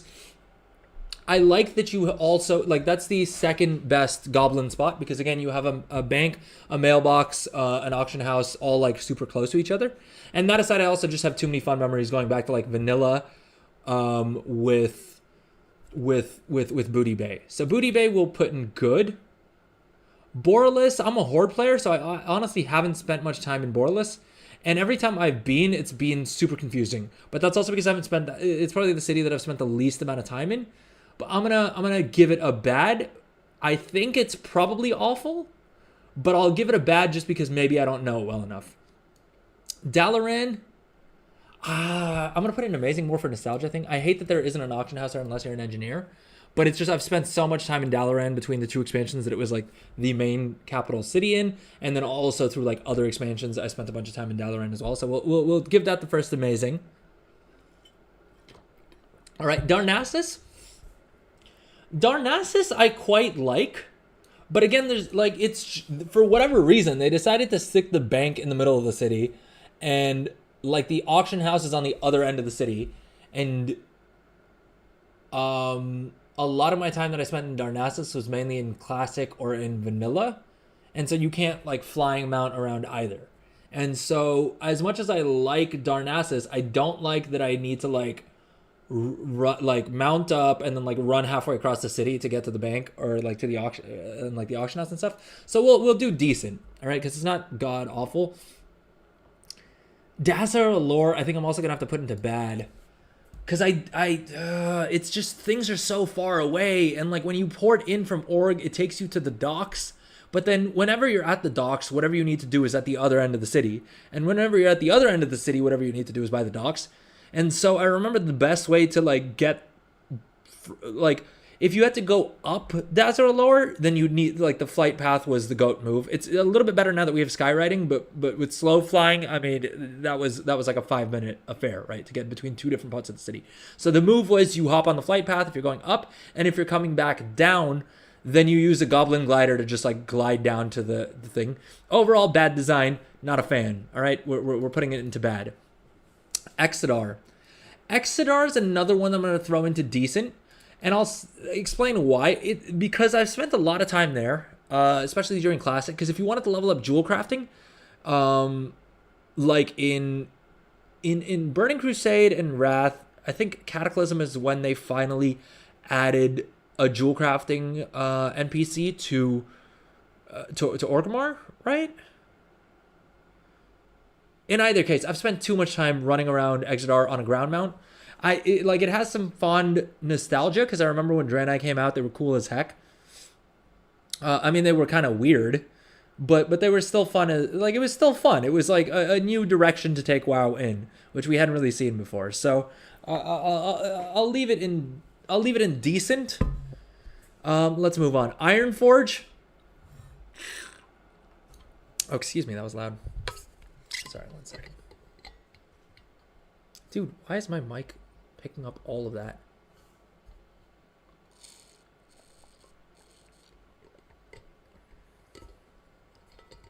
Sorry, my water bottle's being a bit noisy. Ironforge, yeah. So I mean, the thing is like I'm trying to figure out if we're ranking it for now or if we're ranking it for like back in the day. I think Ironforge. Admittedly, if I play Alliance characters, then it is the best like capital city to like post. Like in all of Classic, in most of Vanilla, my banker characters were always in Ironforge, because the number of times I've run up and down that bridge between the auction house and the bank is like it would break numbers, right? Like I've spent so much of my life running up and down that stupid bridge. But it's still hard to argue against it being the best city. I mean that, and then running back and forth from the forge if I'm like playing a blacksmith, or to the tailoring NPC. I've spent a lot of time in Ironforge, guys. I've spent way too much time in Ironforge. Orgrimmar is going amazing tier. Like I said, if for no other reason than the fact that the Valley of Wisdom is goated as a banker. If you're a Horde player and you don't have your banker alt parked here, what are you doing with your life? This is the GOAT spot, all right? I don't make the rules. It just is. Shathrat, like I said, kind of sucked because of the fact that that there was an auction house. Like there wasn't an auction house there when it was current.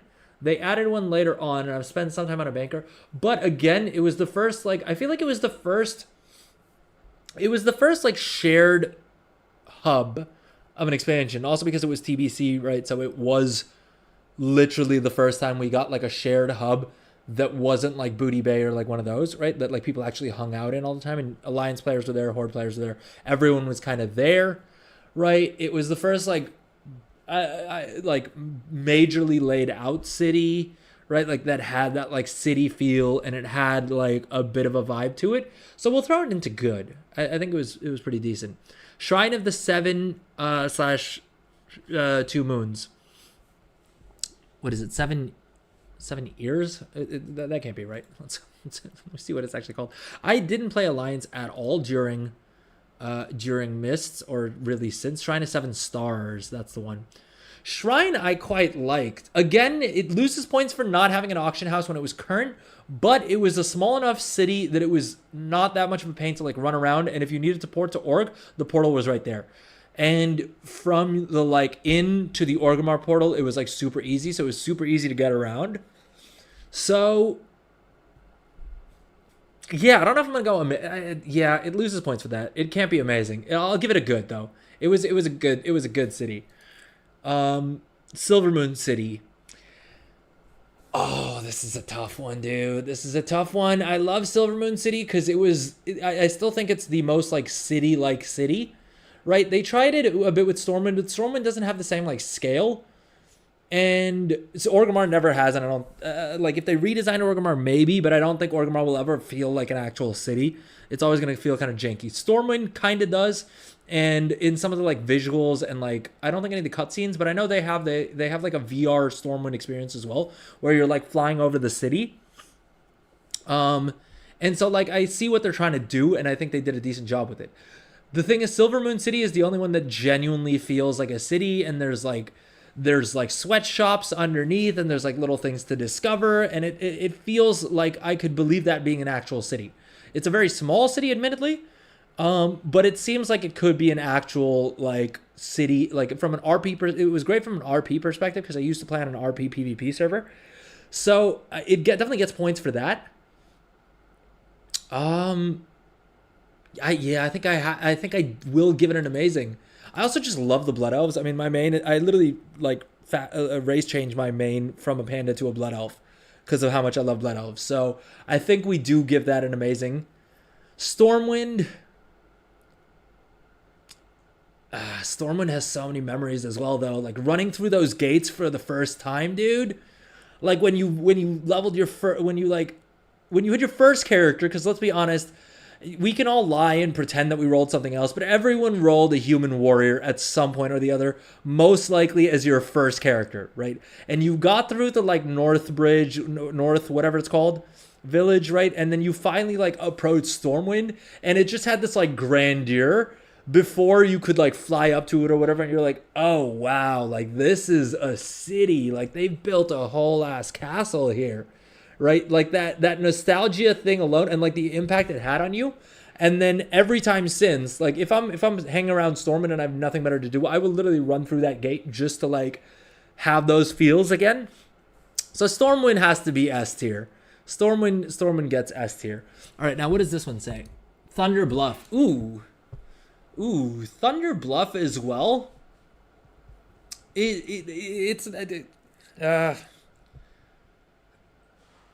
I'm not gonna put it in amazing, just cause I don't feel it's earned it. And I also feel like we're too top heavy. I feel like I need to.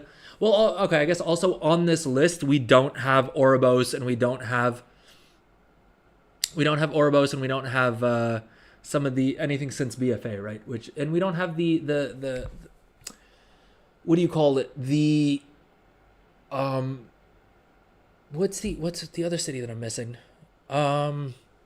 We talked about it earlier. The Warlords of Draenor City. We don't have that on here either. We don't have Valdrakken. I mean, Valdrakken is amazing. Dornogal, I kind of have to throw it into amazing as well. Like the crafting stations annoys me for sure, but it's still a pretty dope city. I mean, to be fair, one of my early streams was literally talking like I literally used that as like the thumbnail was like the new city Dornogal is dope as hell or something of that nature. But okay, let's finish these rankings. Thunder Bluff, it's not gonna go into amazing. I'll throw it into I'll throw it into good. I know we've got a lot in here, but you'll notice a trend that like the older the expansion, the more likely they are to be in good. Right? It's really only BFA, which I kind of hated as expansion in general, that ends up here. But Thunder Bluff overall, I like that you can do everything mounted in that city. That's always gonna get plus points for me. I like that the bank and the auction house and stuff are all pretty close by, right? Like that's always nice. There is a bit of nostalgia because I keep going back there for the Dark Moon Fair. So over the years, I've just gone there so many more times than I have a lot of these other cities, for that reason alone.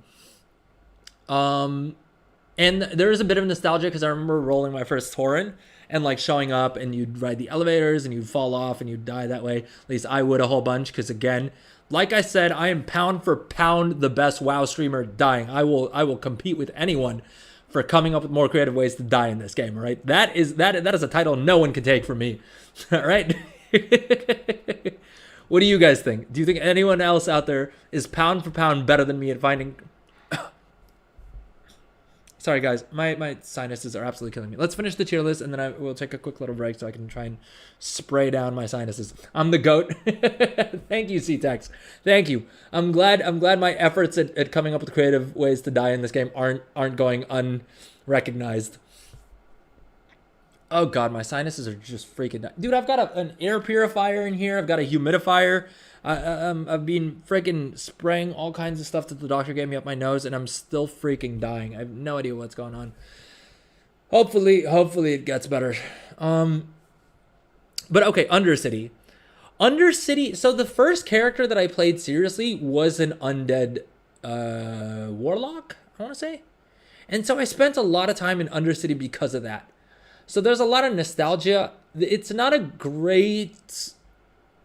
like banker city, which I realize I'm talking about that a lot, which isn't really the question. We're not talking about like best banker cities, but for me, that's what I spend a lot of time of my time in cities doing. So that's kind of why I'm like viewing it from that perspective, right? But I think we will sling it into good, because just the nostalgia. It's a pretty cool looking city. I don't think it looks like a city, but it's a pretty cool thing. Like the first time you show up and you're like, oh, this is the city up here. And then you're like, no, it's underground. And then you're in the sewers and all that. I think that's like, all that's a pretty cool vibe. And it does have those like weird pockets and things where people are doing kind of shady stuff, right? The back rooms where they're like doing they're doing little scientific experiments and stuff like that. So I think we'll throw it into good as well. Can I add options to this, or is this like locked?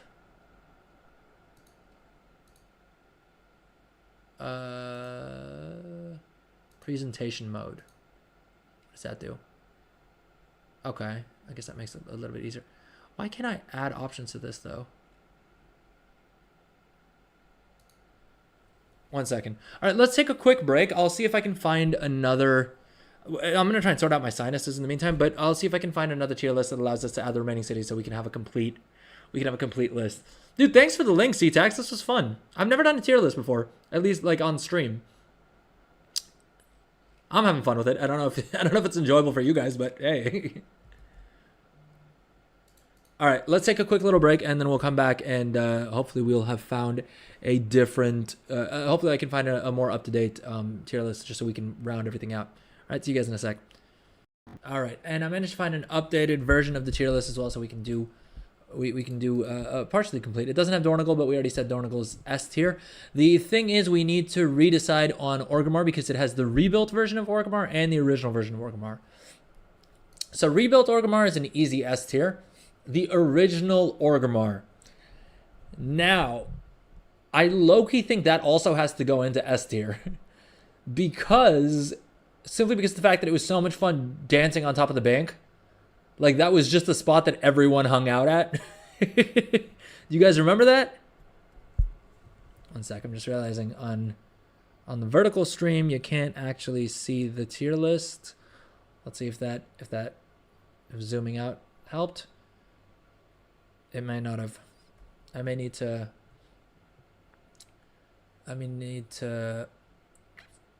probably set up a different scene. All right. Apologies. If you are watching on vertical, I promise it's not because I don't love you. It's just I can't figure out how to get this to... You know what? Maybe if we do this and I just make it narrower. Does that work? That should be visible, right? Okay, yeah, I think that kind of works.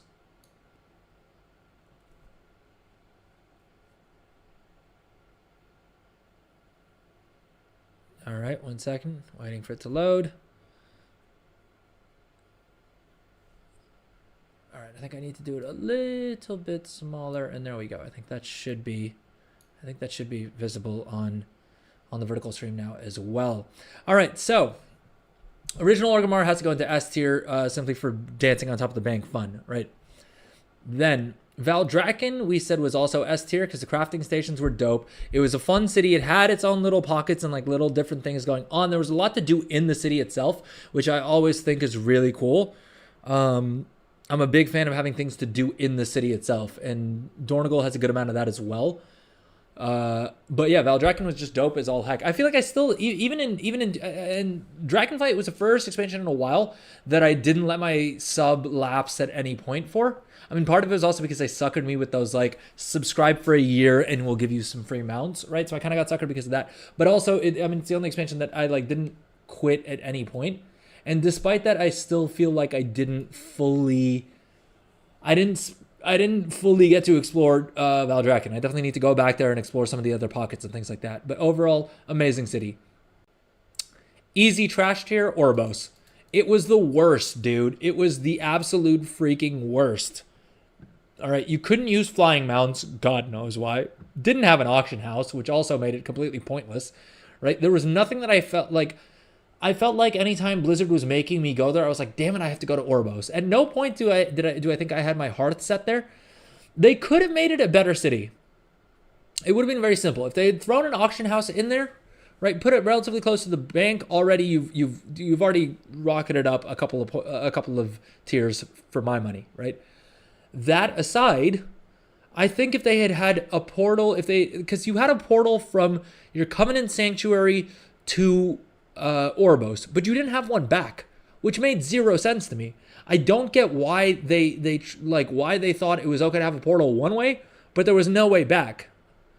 And I may be entirely mistaken here. Maybe someone in chat's going to tell me that actually there is a portal back, and I was just too dumb to figure it out the entire expansion.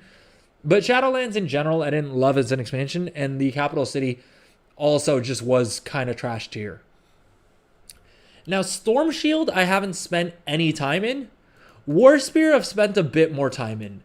Not as much, because I feel like through most of Warlords of Draenor, we were just in our garrisons, right? If you weren't like doing things out in the world, the like main place you hung out was in your garrison. As a result, I don't feel like there was a lot that we did in Warspear. It was kind of cool, I suppose, that like it was also kind of a PvP zone. But you couldn't use a flying mount, which was already dumb, right? I don't remember you ever being able to use a flying mount, which is already dumb. And it was already a stage of the game that we were so used to using flying mounts for everything that it felt super janky. And also, there wasn't really any good reason to be there because you spent most of the time in your garrison. And I also don't like the fact that everyone wasn't there. Like, it was faction separated, which is never a fun time. I always feel like it's more fun when we have a capital city where everyone's kind of hanging out. I mean, for something like BFA, where the whole theme was like the Horde and the Alliance being at war and whatever, it kind of makes sense to have separate cities. For Warlords of Draenor, I think they tried to like have it be like the two sides of the PvP zones were the two cities. Overall, C-Tax, you're saying D tier. Midro, what do you think? Midro, how are you leaning on this? How do you rank it?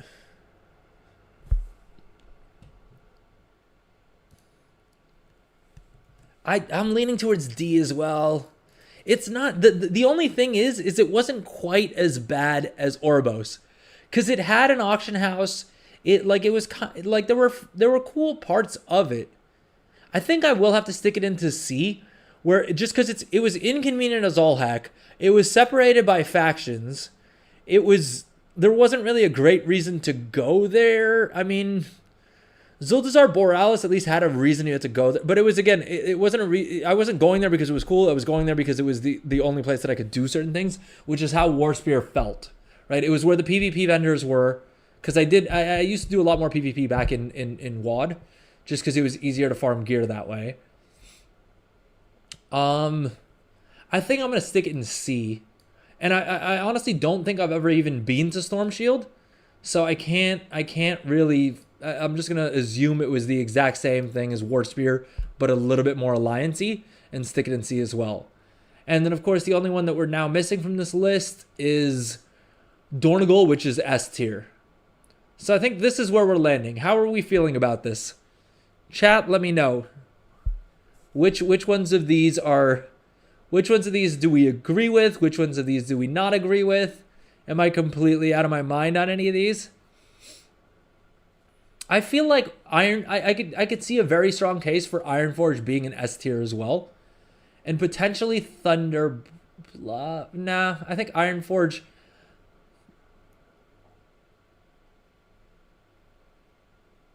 S for WoD zone? For the garrison? Or... Are you counting the garrison as a capital city? No, I don't think the garrison counts as a capital city.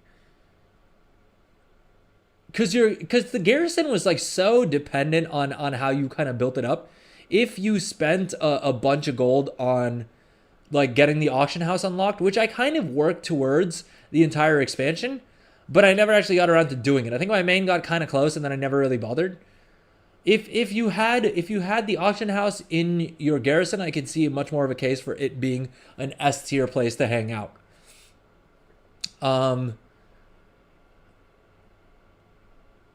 D for WoD.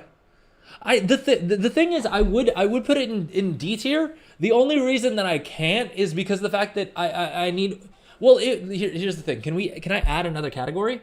Because if I can add F tier, then Oribos goes into F tier. And I guess Warspear and Storm Shield may then qualify for D tier. So maybe that's the thing. But I honestly don't hate Warspear as much as I hated Oribos. I think it's closer to Zuldazar. Well, Zuldazar was a bit more annoying, to be honest. And Borealis, I haven't spent enough time in. So, like, when I rolled some cool Terrans during Remix and I tried to explore the city, I got lost as all heck, which is why I kind of hate that. And I assume if it was the same team, realistically speaking, that designed Zuldazar, it was probably equally crap. And in general, everything I tried to do in Borealis was like indoors, but like inside weird doors, and there's like weird passageways you have to take, and things are at different levels. Like, it was just a very confusing city. And I think in Dornogal, they've done a good job of that, at least, where there's not too many things on top of each other, right? Like, it's a fairly horizontal city. There are vertical elements, like there are different things at different levels, but if I tell you to meet me at like this, where are we?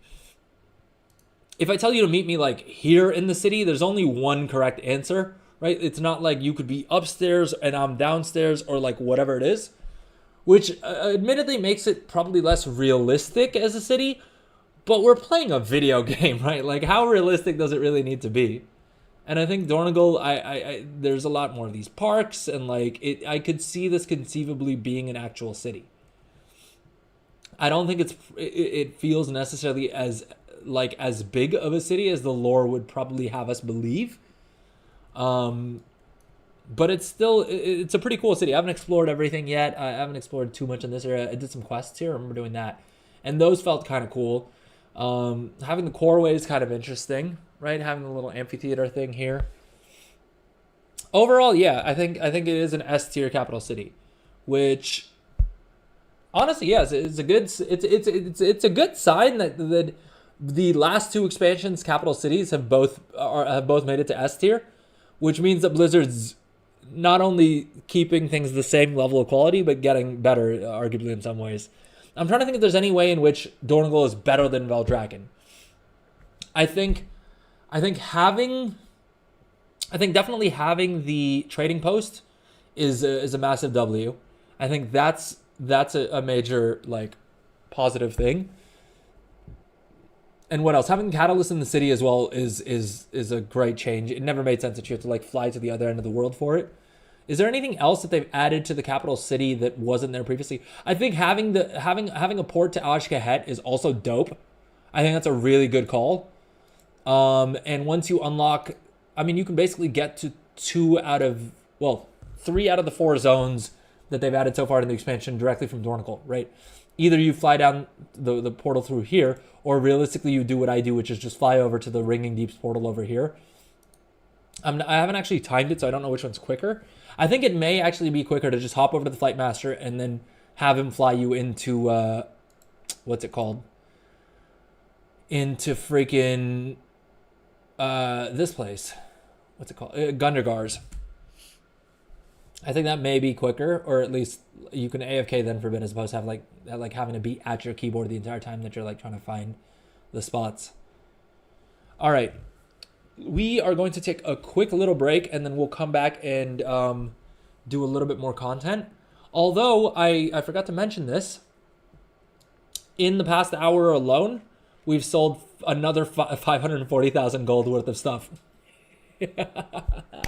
That means we're hitting we've already hit 36.5 million gold. Slightly more if we check all our other banker alts as well, which means between Monday's stream and today, so like literally in the past like day and a half, we made 1.5 million gold in profit right off the top of it, and that's not including the fact that we have a bunch of stuff already on the auction house that hasn't sold yet, and we've invested some gold in some different places. I've also realized that I am holding on to so many random items that I don't even realize are like at any given point. Yeah, see, like this chick is sitting on 120,000 gold worth of rank 3 storm dust. Right. What else? If I go through, I mean, I'm sure there's another 30,000 gold worth of rank 3 gleaming shards. Right. One of my alts is sitting on a bunch of profane tinder boxes and a bunch of like null stones, a bunch of like random crap that I should probably use to craft something and sell it out before prices drop on them.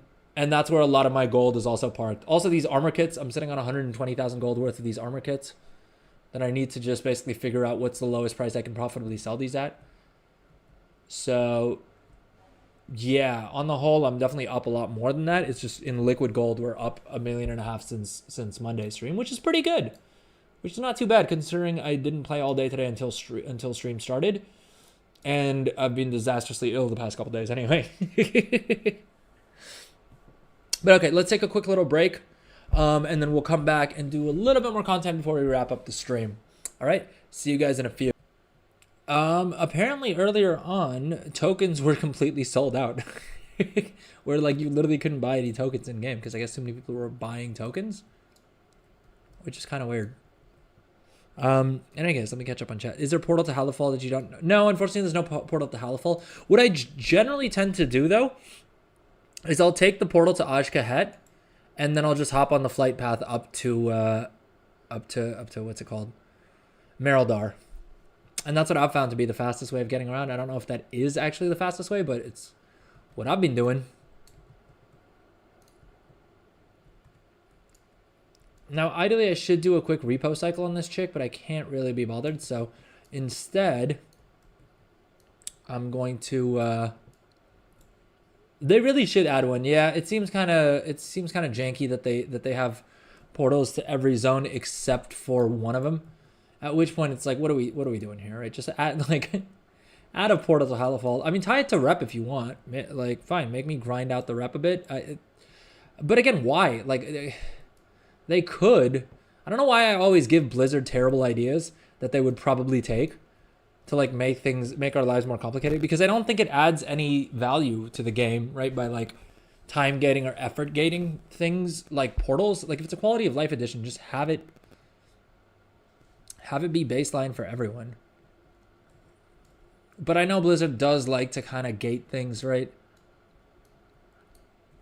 But if you're going to give me ports to 2 of the zones, then you may as well. I think their whole thing is, though, that you have a portal to Ashkahet, and you have a portal to the Ringing Deeps, and Halifal with Beryldar and with like the Radiant, this event and the Radiant Echoes and everything like that. You have enough reasons to go there anyway. So by not giving you a portal, they just increase their playtime, I guess. I don't know. It just seems like it seems like such poor design if the way that they're going to get you to play this game more is because of the fact that things take more time. Yeah, that's what I'm saying. I like yeah, that's what I'm saying.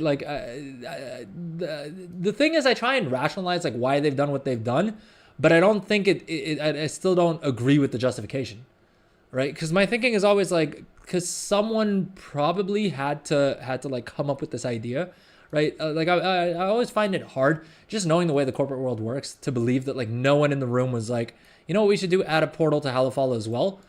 And I'm just trying to figure out what anyone could have said to like shoot that down. And it's very often the dumbest suggestion that wins, unfortunately.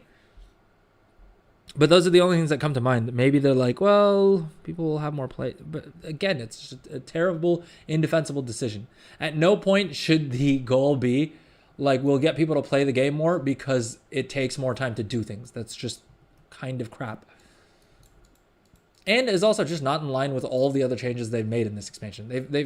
I mean, I think they finally put 2 and 2 together that WoW is at its best and most popular when it's as casual, accessible as possible, when it's possible for people to make progress on a weekly basis, right, without having to do super degen things. Like Shadowlands, I think hopefully Blizzard took away the lesson that like making things super miserable just reduces the player base.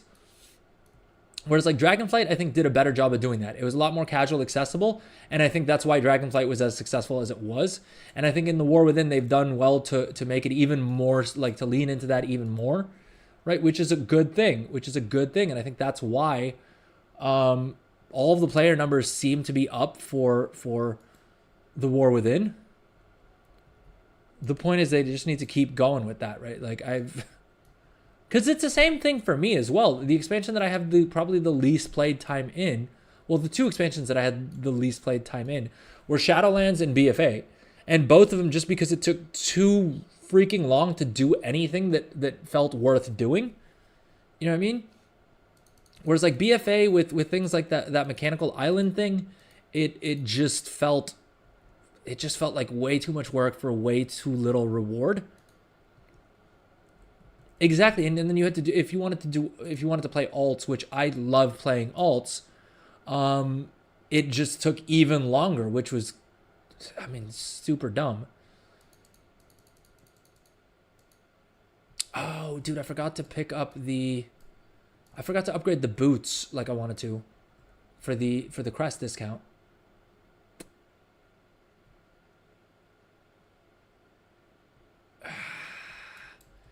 All right, let me port to Dorn and do that. Or, you know what? Let me throw down a portal. It's probably easier. But yeah, having to repeat it on alts just meant that, guess what? None of my alts. I don't even know if I leveled a single alt to max level during BFA. Don't even think I did one. Oh, you know what? I did do one. I did do 1 or 2 during Shadowlands, but that was only because of the fact that they had the freaking the legendary system was you had to be a certain level. Like I think you had to be above level 58 or something to unlock the legendaries, and there was just too much gold in legendaries for me to not participate in that. But I definitely didn't spend nearly as much time doing anything on my alt other than just crafting and making gold on them. And I was lucky in that my leatherworker and my tailor were on my leatherworking and my tailoring were on the same character. So my thinking was like, okay, if I do this once, I'll unlock enough. I'll be able to craft cloth, leather, and mail gear on for the legendaries. And so it was like a worthwhile investment. But otherwise, I would not have done any of that, dude. Boom, Harbinger of the Weathered.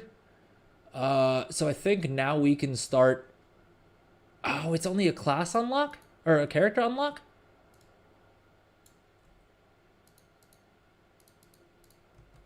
Oh, it's just for the character? I thought it was account-wide. Outgrow the use of Weathered Harbinger crests during the War Within Season 1. Does that mean that I get the crest discount? Or does it mean that I can only buy the crests? Okay, we have the Weathered Crest discount.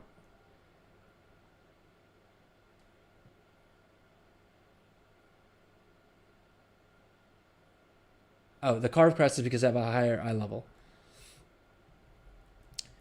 Dude, legendaries were stupid amounts of gold. I mean, I can show you. I can literally show you on my graph here.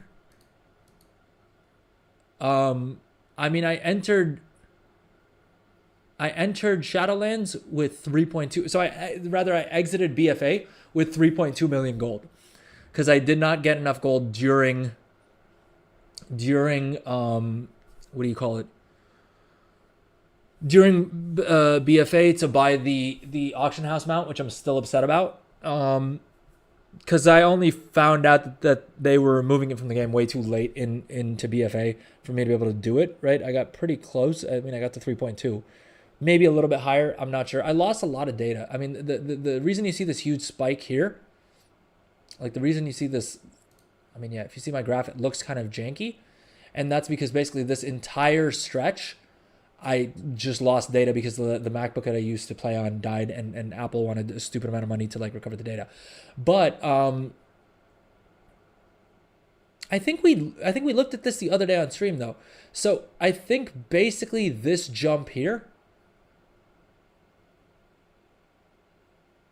I guess we'll be able to see based off what we sold. Yeah, so legendaries alone got me from 3.2 to like 12 million gold. And then Dragonflight started somewhere around here, I think December 22, right? Yeah. So I mean, and I played Shadowlands at launch for like half a minute, and then I quit because it was just the maw was too terrible, and the grinds required for the covenants and stuff like that just felt like crap. And so I didn't play for the bulk of Shadowlands. I got back into WoW because I heard Dragonflight was coming out. And so like maybe 3 or 4 months before Dragonflight was scheduled to launch is when I got back into the game. And in that period, despite it being the end of the expansion, like the last patch basically is when like right before the last patch of Shadowlands is when I got back into playing the game. Like when Zereth Mortis came out. Or actually, no, maybe a little bit before. Either way, I made like 8 or 10 million gold off of legendaries, and that was just the tail end. That wasn't even me being consistent with it because I quit a bunch of times during Shadowlands as well, despite the fact that I didn't play the bulk of Shadowlands. And then Dragonflight, I honestly thought that I got rich during Shadowlands, but it turns out we figured out on stream the other day that no, actually I got rich during Dragonflight. I mean, not to say that having 12 million gold is less. But like when I got into double, triple gold cap territory was during Dragonflight, which I didn't realize. Big flex. I don't know, man. I like to me, it's the thing is like I think the reason that I don't feel like it's as big of a flex is because I have a very healthy understanding that I'm probably not even in the top like 10% of, well, maybe the top 10%, but definitely not in the like top like 1% of like rich WoW players, right? When you have like multiple billionaires out there, like WoW billionaires, and you have, a lot of people who will casually spend 10, 20, 30 million on different things, right?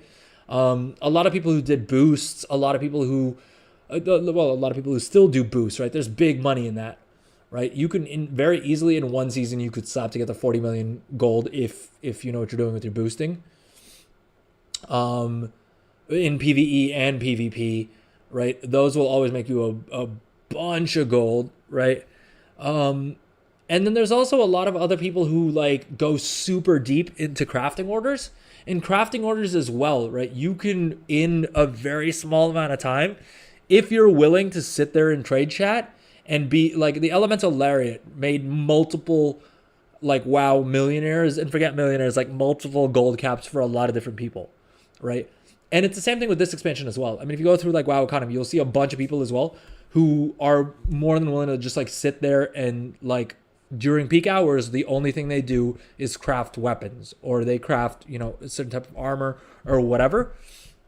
And those are also a great way to make a whole bunch of quick gold. The thing is, I refuse to do customer service because people are A, way too rude, and then B, if I'm being honest, low-key kind of annoying. because they ask the same silly questions over and over again, and I just get super bored of like explaining like, no, you go to the patron crafting order, dude, and whatever. Like it would probably actually the move would be would be for me to like record a video explaining it and then sending that to my customers. I mean, low-key, I should probably do that in general just to like help my viewers, like to increase my view count. All right, let me jot that down because it's actually not a terrible idea. Hey, if I can get some views out of it, it ought to be worth it. And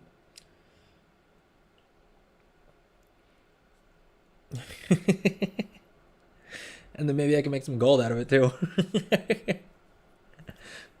Because trying to explain the crafting system to people over trade chat, like over whisper, is dang near impossible, right? Like it is just not a good time.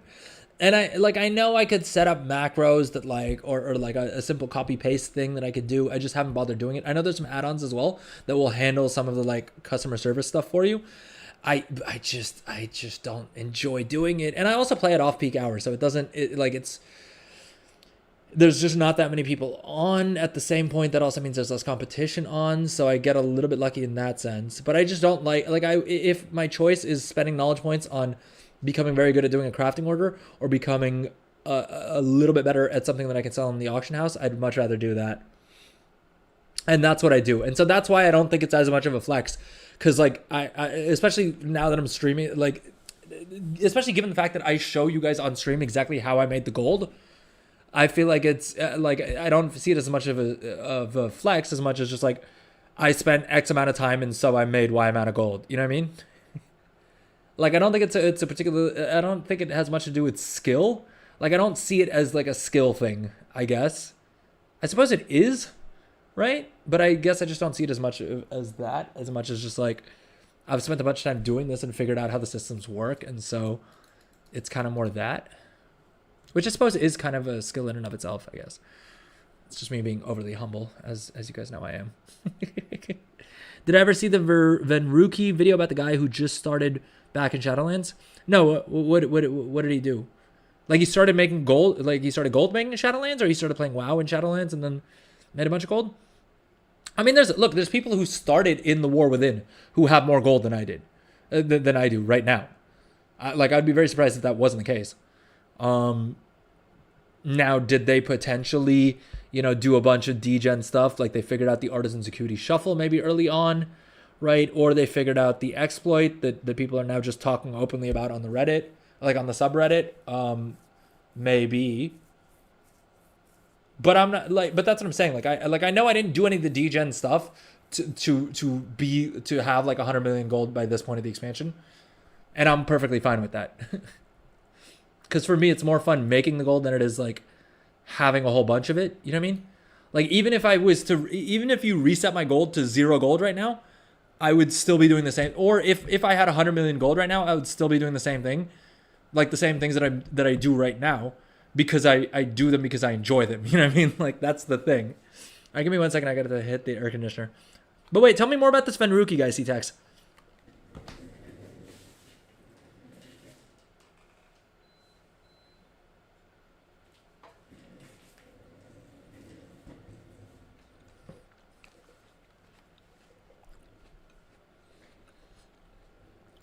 All right, we're back. So, okay. I think the character unlock is that now I can buy the higher level crests with the weathered crest, right?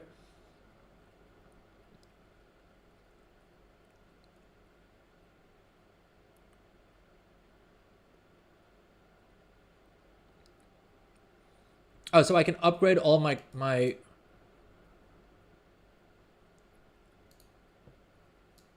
Wait, what?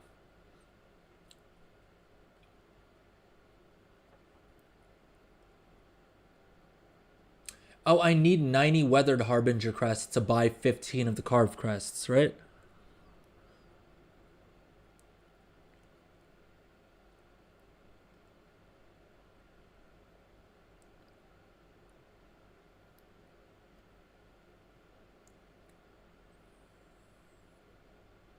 Okay. I guess I did use up all my weathered crests.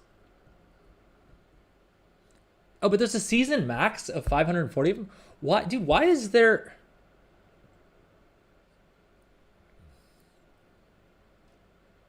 Why is there a seasonal cap on like the base level of crests? But does that mean once I hit the cap, do I get the next level quality of crests? Or how does that work? How does the seasonal cap on crests work? To be honest, I've not really gotten to this position before, so I'm not.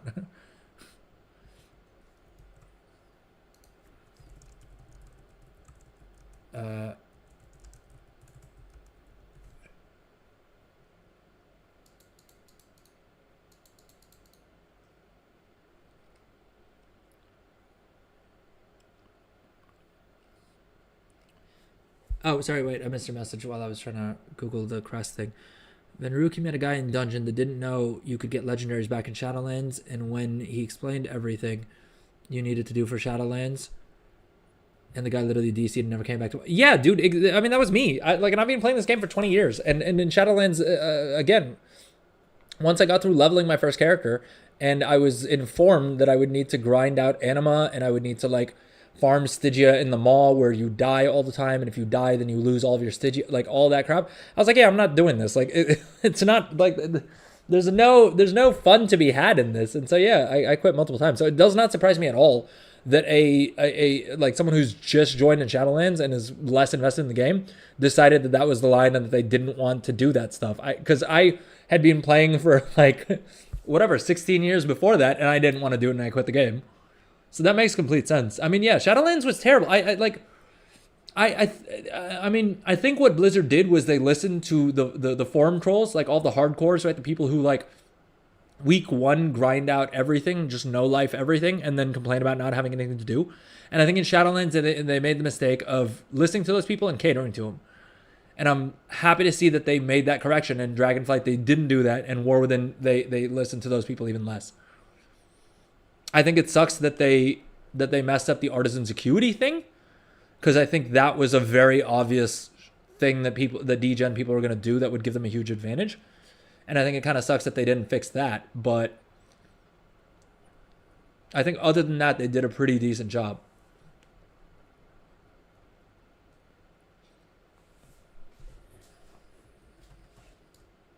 I'm trying to figure out what happens if you hit the crest cap, though.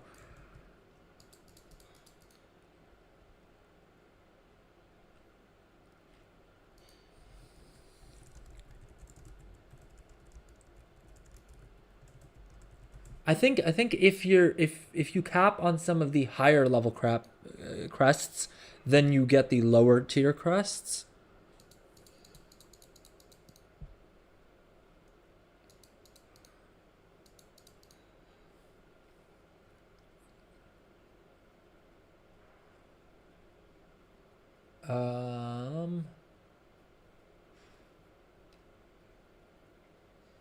One second. Does it say anywhere in the article here? It is also wild that none of these questions get answered in the game itself. That like you need to, at the very least, you need to use Wowhead. And beyond that, there's a good chance that Wowhead also doesn't have the information you need. And then there's a good chance you need to rely on Reddit or like YouTube videos or whatever.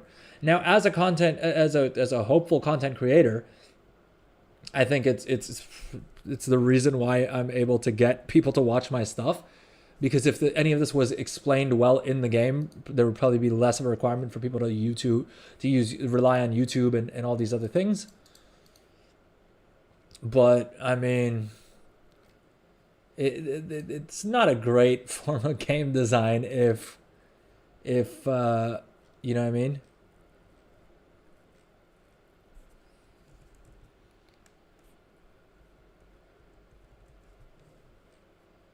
It's not a great type of game design if you need to rely on external sources for like to figure out how to play the game. I guess the weekly cap doesn't really make a difference.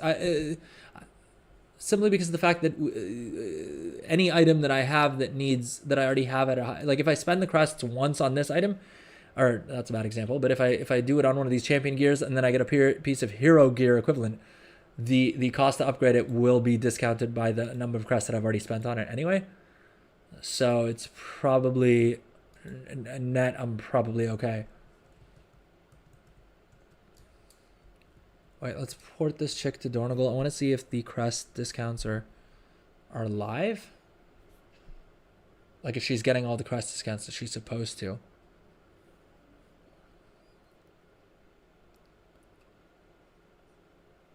Oh, and like Streamlabs is mentioning in chat right now, if you are watching live and you're enjoying the content, please consider dropping a subscribe.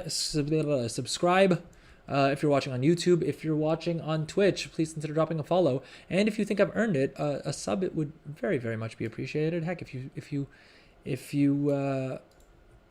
I get 2 subs on today's stream, we'll do a bonus stream this week, which may be a threat or a promise. Depends on whether you're enjoying the stream. If you're enjoying the stream, it's a promise. If you think the stream sucks, then it's a threat.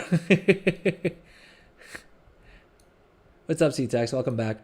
I was just saying that the 2 subs this stream equals bonus stream this week is both a threat and a promise. If you're enjoying the stream, it's a promise. If you're not enjoying the stream, it's a threat. Let's see here. All right, so I think she has gotten the crest discount, or maybe not. Well, these are all carved crest items.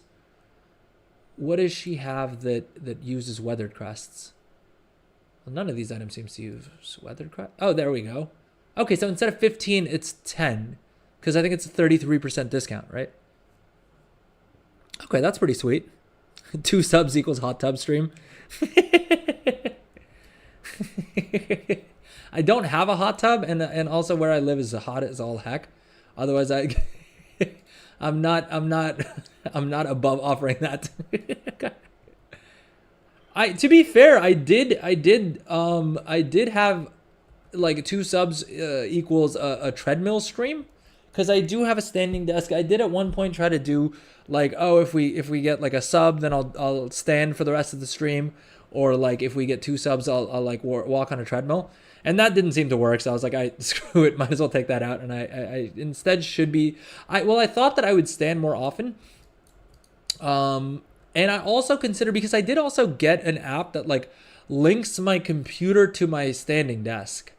And so I was wondering if I could do something a little bit more fun, where like if you donate a certain number of bits, like each bit you donate, you get to choose which direction the desk goes in. Like, so 1 bit would be like 1 centimeter that the desk goes up. And so my thinking was like, then people would put the desk at really weird positions, and I would need to figure out how to use them, because either it would be too low or too high. I thought that could be kind of funny. I did enable TTS. I don't know how, well, at least I think I did. So there's that as well. But I'm trying to figure out more ways of like having fun, interactive things we can do, so that you guys can be more a part of the stream in like a physical way. You know what I mean? Because I feel like every other streamer that I watch that does that, like the like physical involvement stuff, is like, that's always a bit more fun, right? All right, why am I flying around Dornagle pointlessly again? Oh, because I wanted to see if the discount is live, and it turns out the discount is live.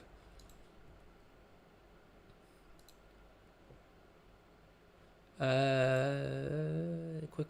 Well, upgrading the adventure version is probably pointless, right? Do we have anything else here that it would make sense for her to upgrade? The wand, I mean, theoretically, if I get a staff, then I'd probably want to equip that anyway, but how am I going to get a champion one now that time walking is over? Or a champion staff. Unless I start farming, like, delves and we get it out of the vault, but I don't know if I can be bothered with all that. Let's be honest here. Is the move to upgrade the champion pieces first, or am I good to upgrade the veteran pieces?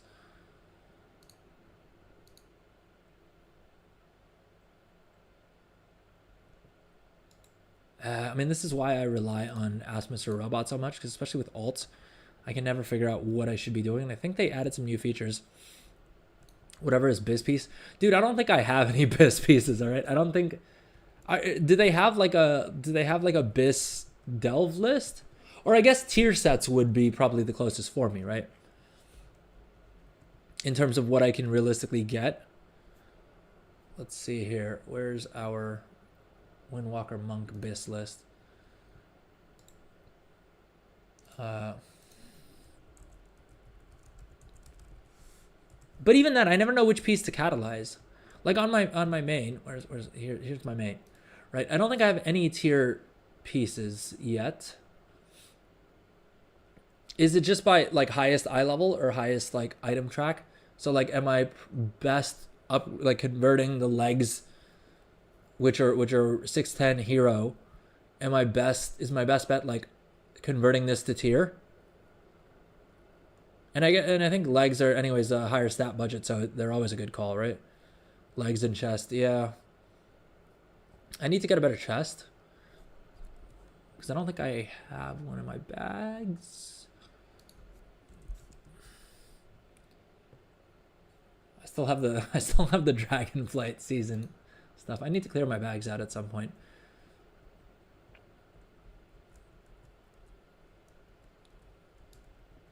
Legs and chest.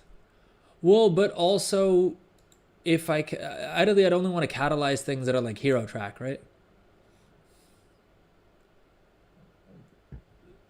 Or at the very least, champion tier. I think catalyzing veteran gear is probably dumb. And the only like set pieces that I have, yeah, would be gloves or gloves and the legs.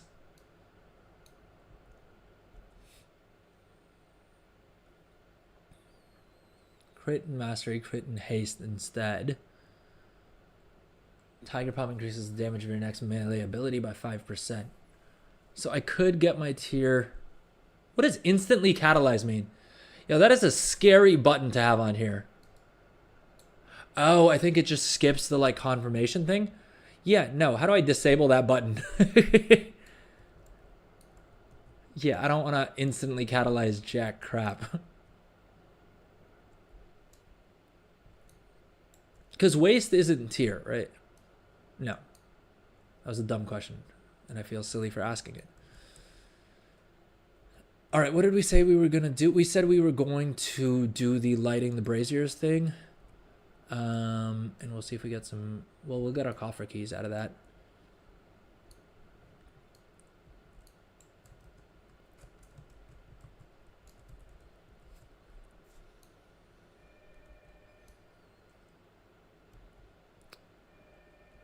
All right, let's hop on here.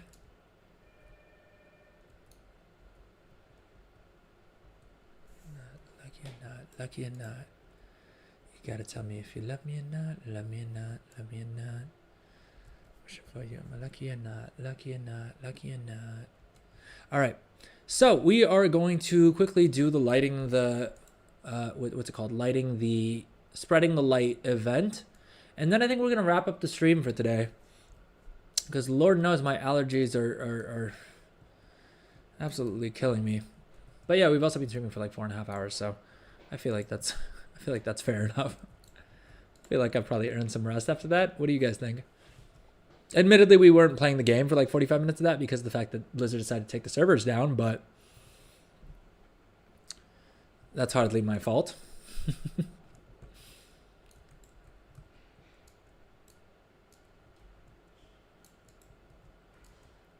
All right. So despite the fact that I said that it would be faster to port to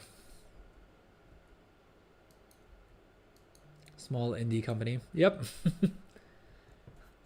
Dude, the hamsters that run the servers get tired, all right? Have some sympathy. Have some sympathy, right? Those poor hamsters are trying their butt off to keep the servers running.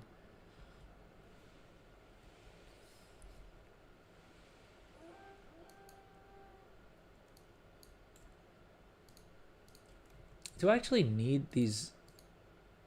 Oh, I still have one more item that I can get out of this.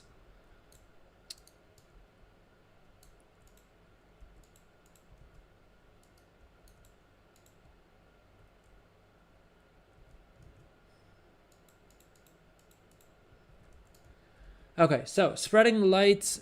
And once we're done with that, we get our little chest. We got some rep. And then we're going to call it a stream. I do need to do some bountiful delves, but I think I'll run those probably off stream.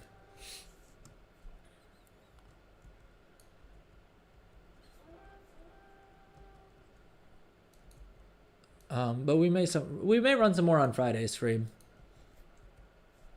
Actually, you know what? We'll also attempt Zekvir's. We'll attempt the Zekvir boss on Friday as well. I think that could be fun. That could be a fun little Friday challenge.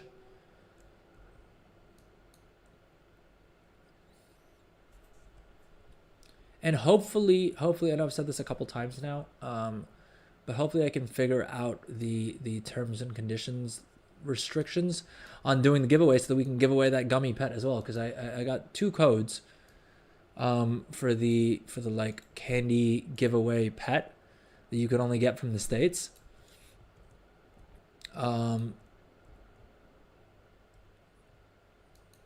I just haven't figured out like exactly how the terms and conditions stuff for that works with Twitch and with YouTube and with my like local laws. Because I thought it was just gonna be as simple as like, oh, I can just like, you know what I mean? I don't know, have like do a /roll and whoever's in chat gets a code. But apparently Twitch and YouTube and potentially my like local laws as well may restrict how I'm able to do that. So I just need to look into that because I don't want to get in trouble for giving away a freaking gummy worm pet in World of Warcraft.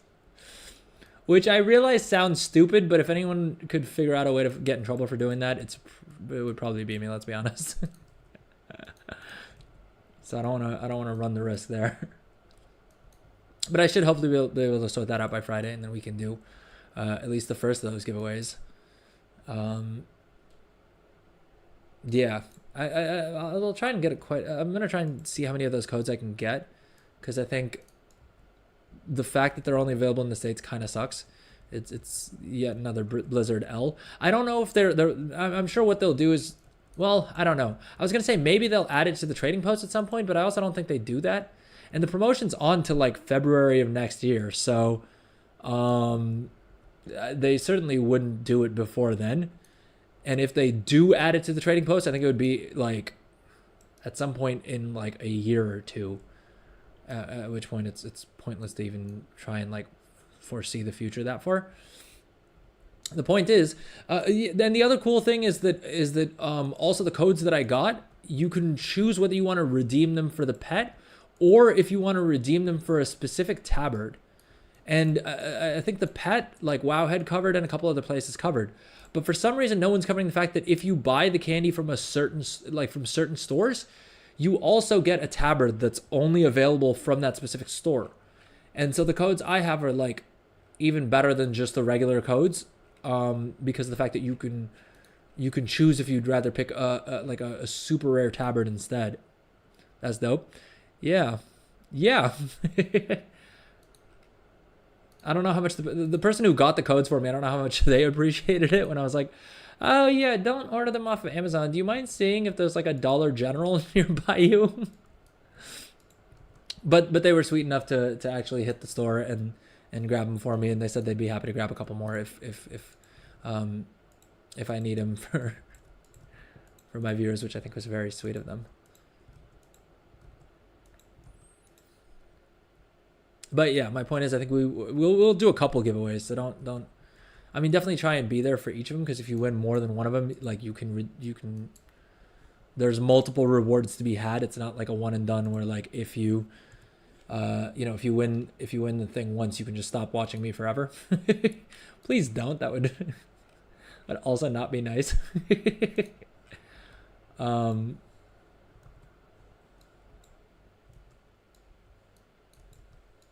All right, I think we need one more lesser key flame that we need to light up, and then we're done with this quest on both of these characters. Lol, imagine it's this whole thing has just been a long. All it took was for me to reward you guys with a single pet, and I lose all of my viewers. Yeah, that would kind of suck. That would not make me feel good about myself. If everyone that's been watching my stream ever has literally just been watching for the chance to win that pet.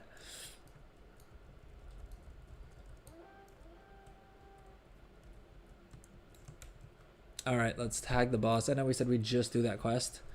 Why didn't we get the cash? Or is okay? It's located here. Let's see. Dude, shoulders again? You've got to be kidding me, bro. It's a freaking meme at this point.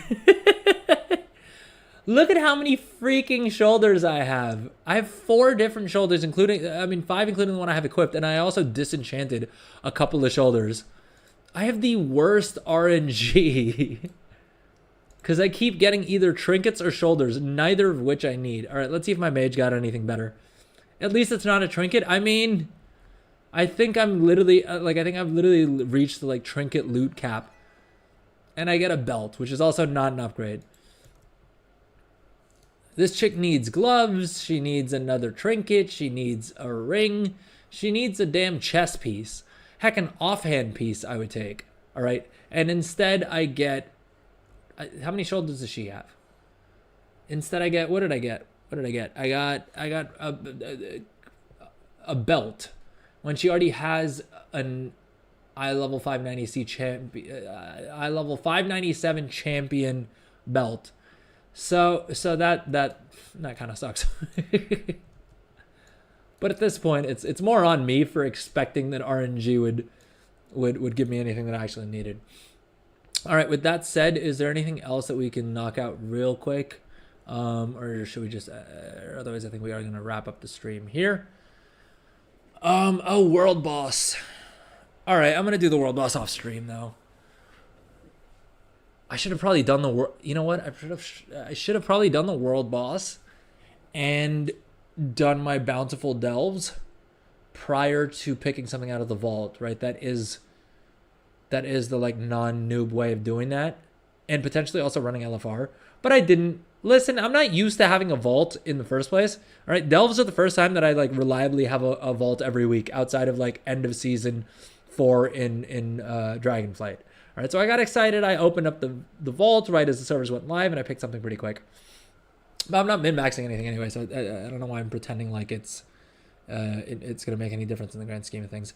In any case, with that said, we are at, what are we at? We're at the 4.5 hour mark, so I think we are going to wrap the stream up here. Thank you so much everyone who watched live. I saw I know we had a bunch of people joining for the first time. We got a couple followers.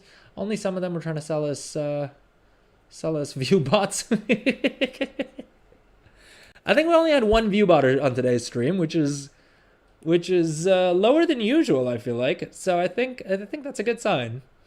In any case, thank you everyone for joining the stream. Oh, I should probably do a quick little recap. So we started off the stream. We did a mailbox opening. We figured out an alchemy build that I actually need to sit down and do before someone who watches the stream beats me to it, because that was a nice little profit that we put together with the crafted PvP honor flasks, right? So I need to sit down and actually get that done at some point. But we went through that to begin with. We went through yet again, how to think about professions and how to figure out a little like gold making niche for yourself, which I think is the most helpful advice as opposed to giving you guys like specific builds. So we did that. Then the servers went down. Oh, sorry. Then we pulled 6.5 million gold out of the mailbox. Oh God, look at how terrible this looks on low settings. It's just square designs around it. Anyway, we pulled 6.5 million gold out of the mailbox, right? Then the servers went down. We came back. We did a bit of world content. We sold another 500,000 or so gold worth of items. And yeah, now we did some more world content. We spent some time upgrading our gear, right? Unlocking the crest discount and stuff like that. So yeah, we'll be back online. We will be back on stream on Friday at about noon GMT. So about 4 hours and 45 minutes before now in whatever time zone you're in, if you're watching live. Thank you so much to everyone who joined the live stream on Twitch, on YouTube, on the YouTube vertical as well. I know I'm excited to see the people who are watching there as well. TikTok viewers, thank you for watching. I hope one of these days someone on TikTok watching will actually drop a comment. But I appreciate everyone watching, and I see we got a like there as well, so thank you for that. Anyways, with that said, this has been the Adrel Show. Like I said, we'll be back online on Friday, and I think on Friday's stream we will attempt Zekvir. I'll also try and sort out the giveaway for the gummy pet.